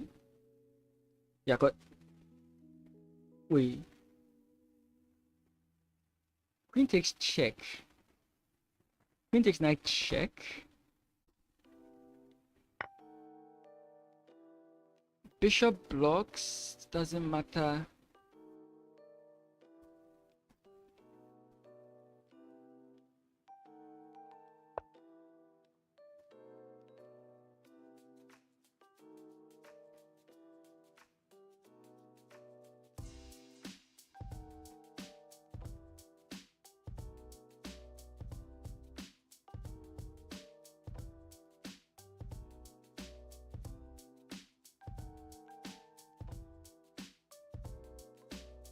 I think we can also just play queen here. If our opponent attempts any of these funny tricks, we just do this. Our queen defends both. And we have h5, h4. No, we don't.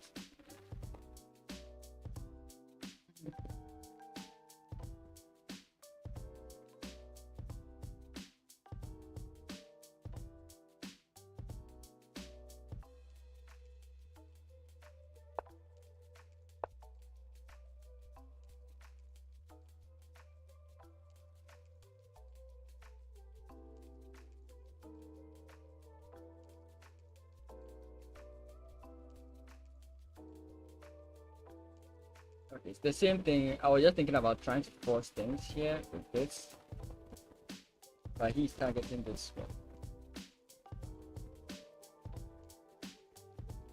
And both checks don't work.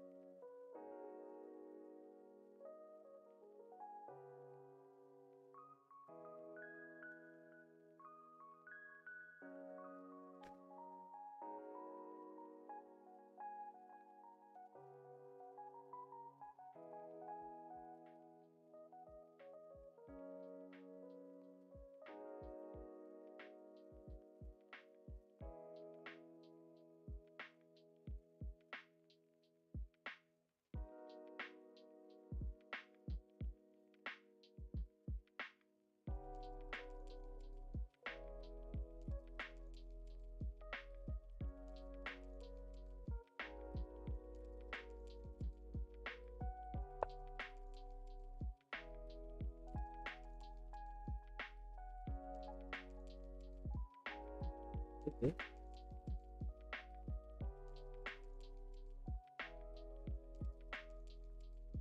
Let's say bishop attacks us. Can we do this? Doesn't really work, right?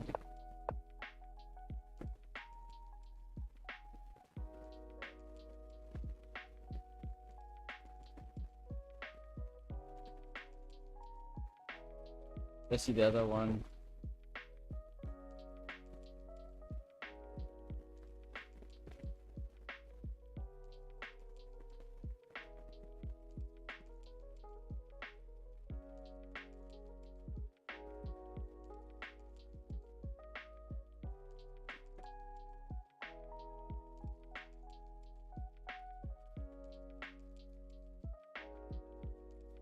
Should we focus here now, since it seems like there's no progress being made here?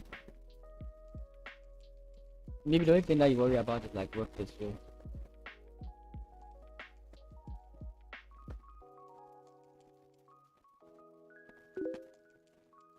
So maybe rook here,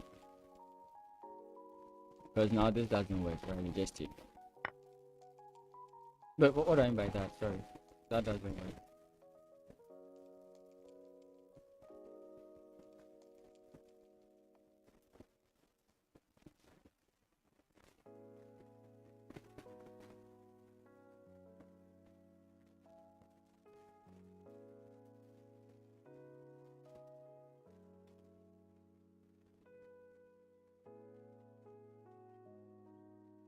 Like, I want to continue the development here, but this is annoying.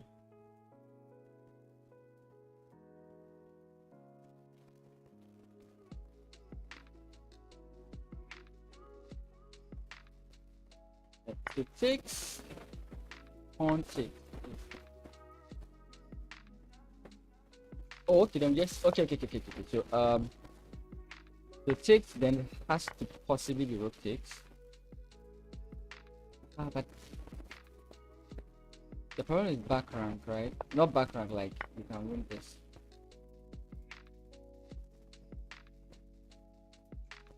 You can go this way. Try to win it.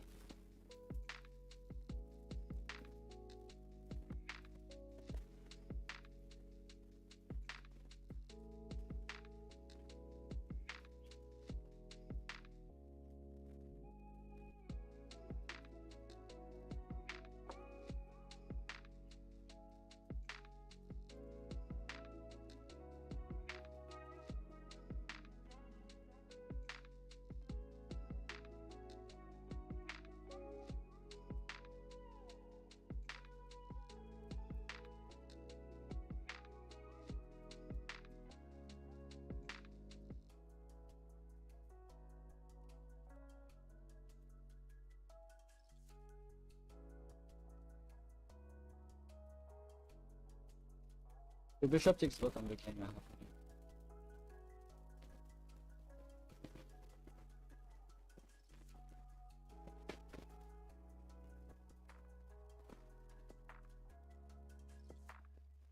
Maybe another idea would be somewhere along these lines, but still like check, and then this. So it's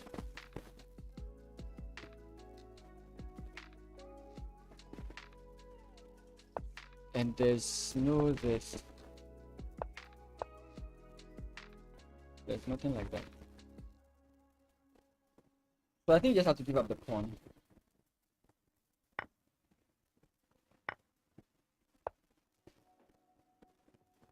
Whether back or here, I don't really know. But here we have this.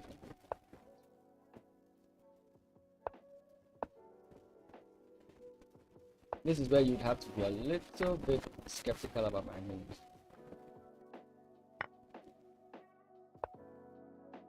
This is why I don't trust the whole thing. So maybe it's something. Oh, wait. Oh. Wait, what happened? What was black's move? Because I know it was black's move. Wait, what? Oh, he checked in again. He's now targeting the. Wait, so if this what? Oh, 6. Okay. And if the king comes in, then this. Okay.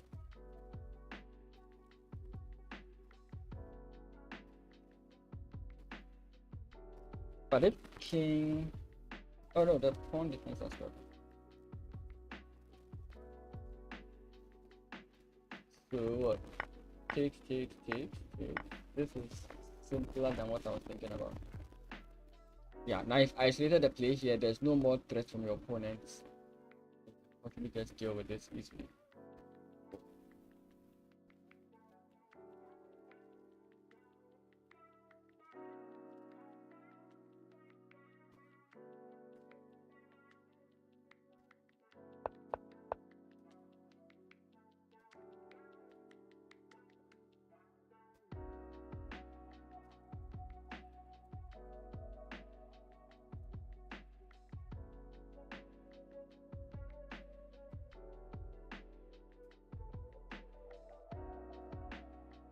Do we have this? Because if you come in this way, let's check.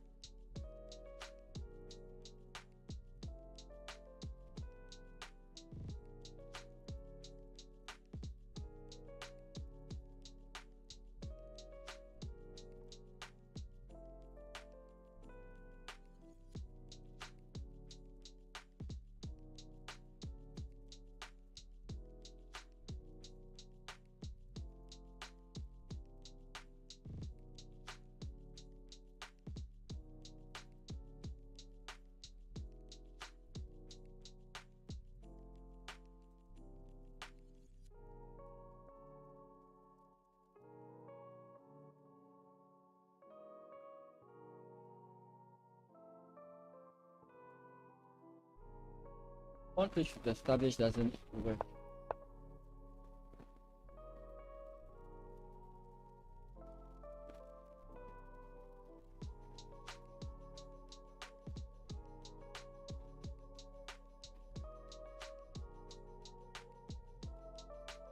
Okay.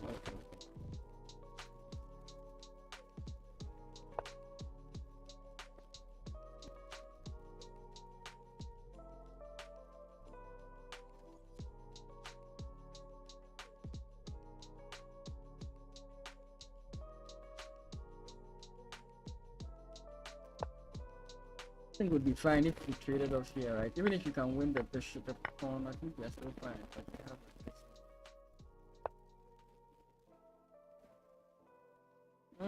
maybe I'm deceiving myself.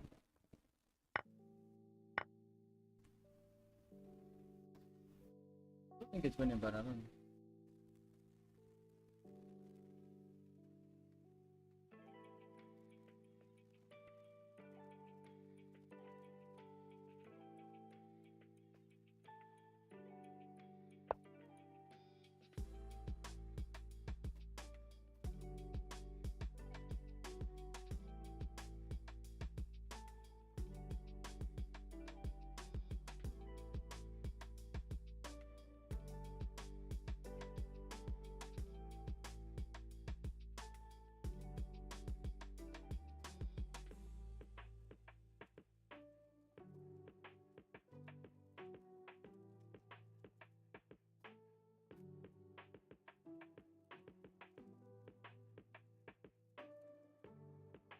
The obvious thing to go for is this, threatening mate. targeting this pawn, which also defends this guy. And now with the rook here, you prevent any ideas of checks. Though you do have to worry about this move. H5.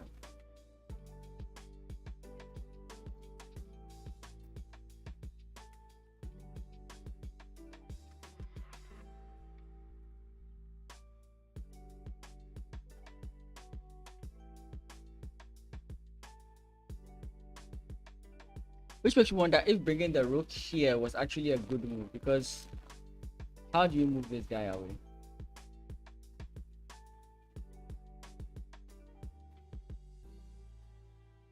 At some point, this will have to be the move.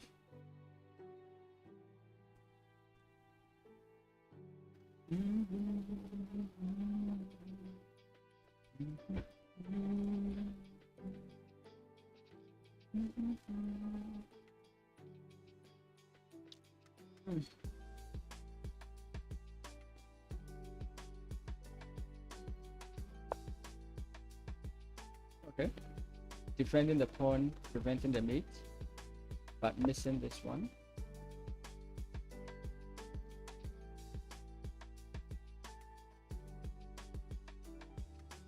Because now pawn push runs into this.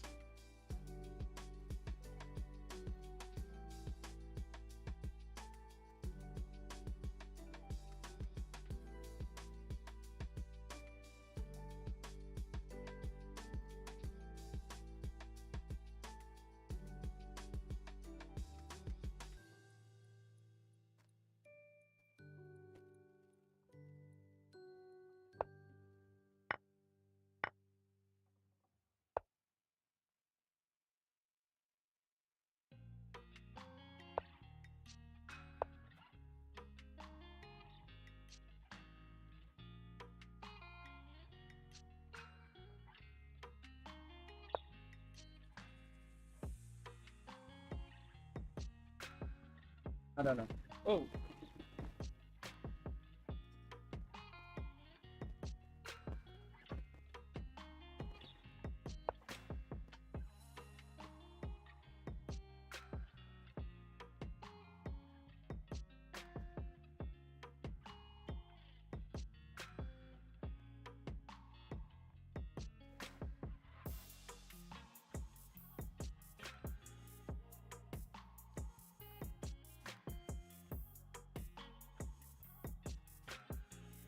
I don't know the continuation from here.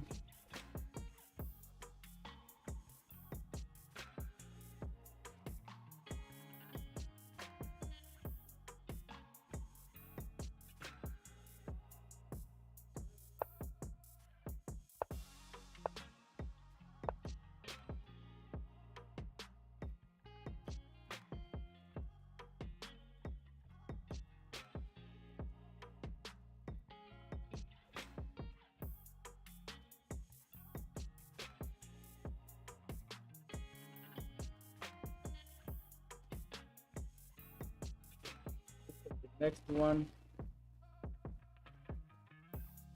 I don't know how to move since here. Nope. Been here for a bit. Either someone has resigned and they didn't arrange the board, or he's still actually thinking.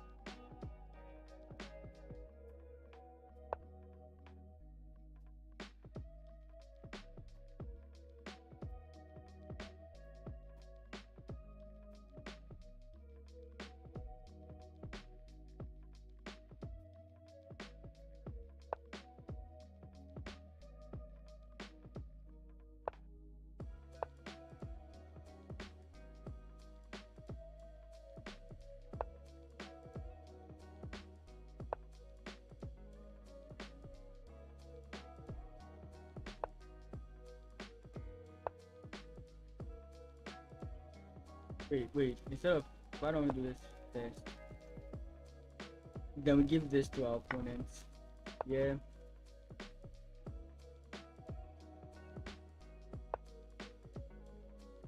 I don't see the point. Like we'll get this regardless if our opponent goes bishop takes. I don't think you want to do that.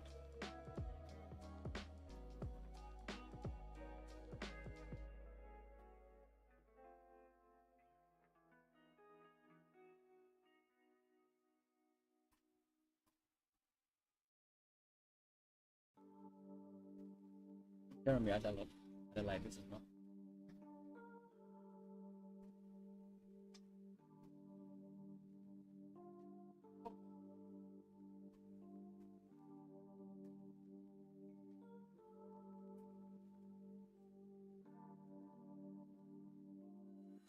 Wait, do we? Oh no, not really. Actually, we do, right? We don't have this move because now you're targeting the back rank here.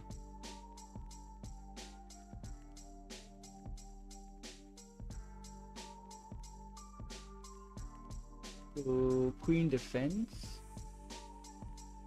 Let's say.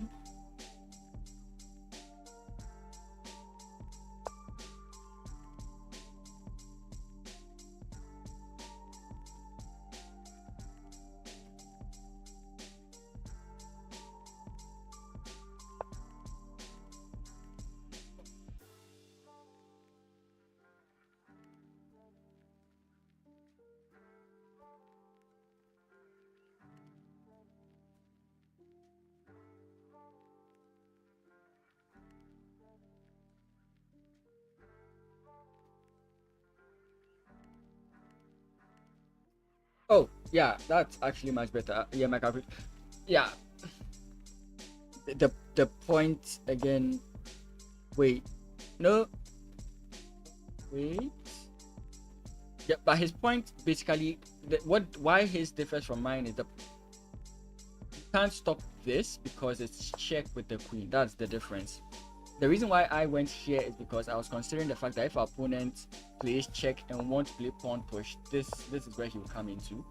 So I was thinking about defending this line. He is not thinking about that. Not that he didn't think about it, but he's not like, maybe to him it's not that big of a deal, which is why he has played rook e6. Check, maybe this is what they are going to go for. Still, I don't get that though. Or check here, check, and then this is the idea.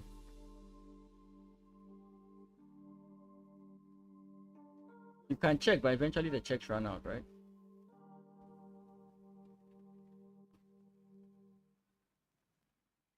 Yeah, like this. You check here, come in this way. You can't check on the back here. You could check here though.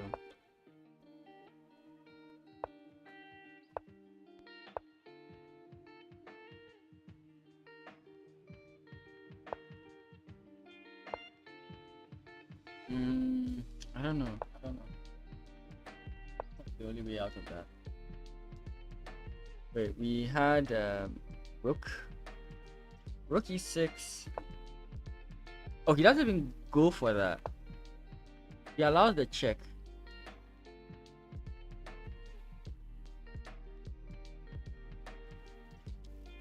The problem with this is you start losing on the spot.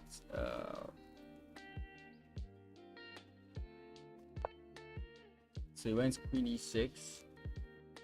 Check. I block this way and I'm threatening checkmate. So you have to go through with this, and it's not an easy end game.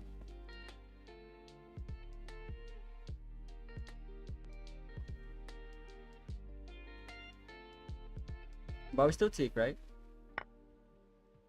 We still take, right? King f1 we just take, right? Have I dreamed the position up? Queen f1 we take, right? And this is fine. We just completely win. King f1 is wrong. Is the board wrong or am I wrong? There's no fork. Is there even checkmate, for example, here?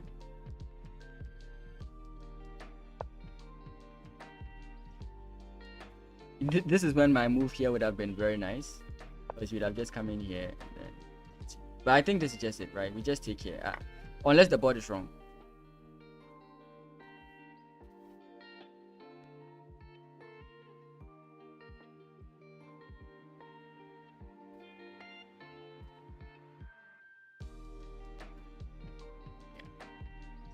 GG. GG. So there are more people playing, but these are the only DGT boards available at the moment. For all we know, tomorrow there'll be more boards available, but these are the only boards available at the moment. Give me a second, let me check a few things and then we'll bounce back. Yeah.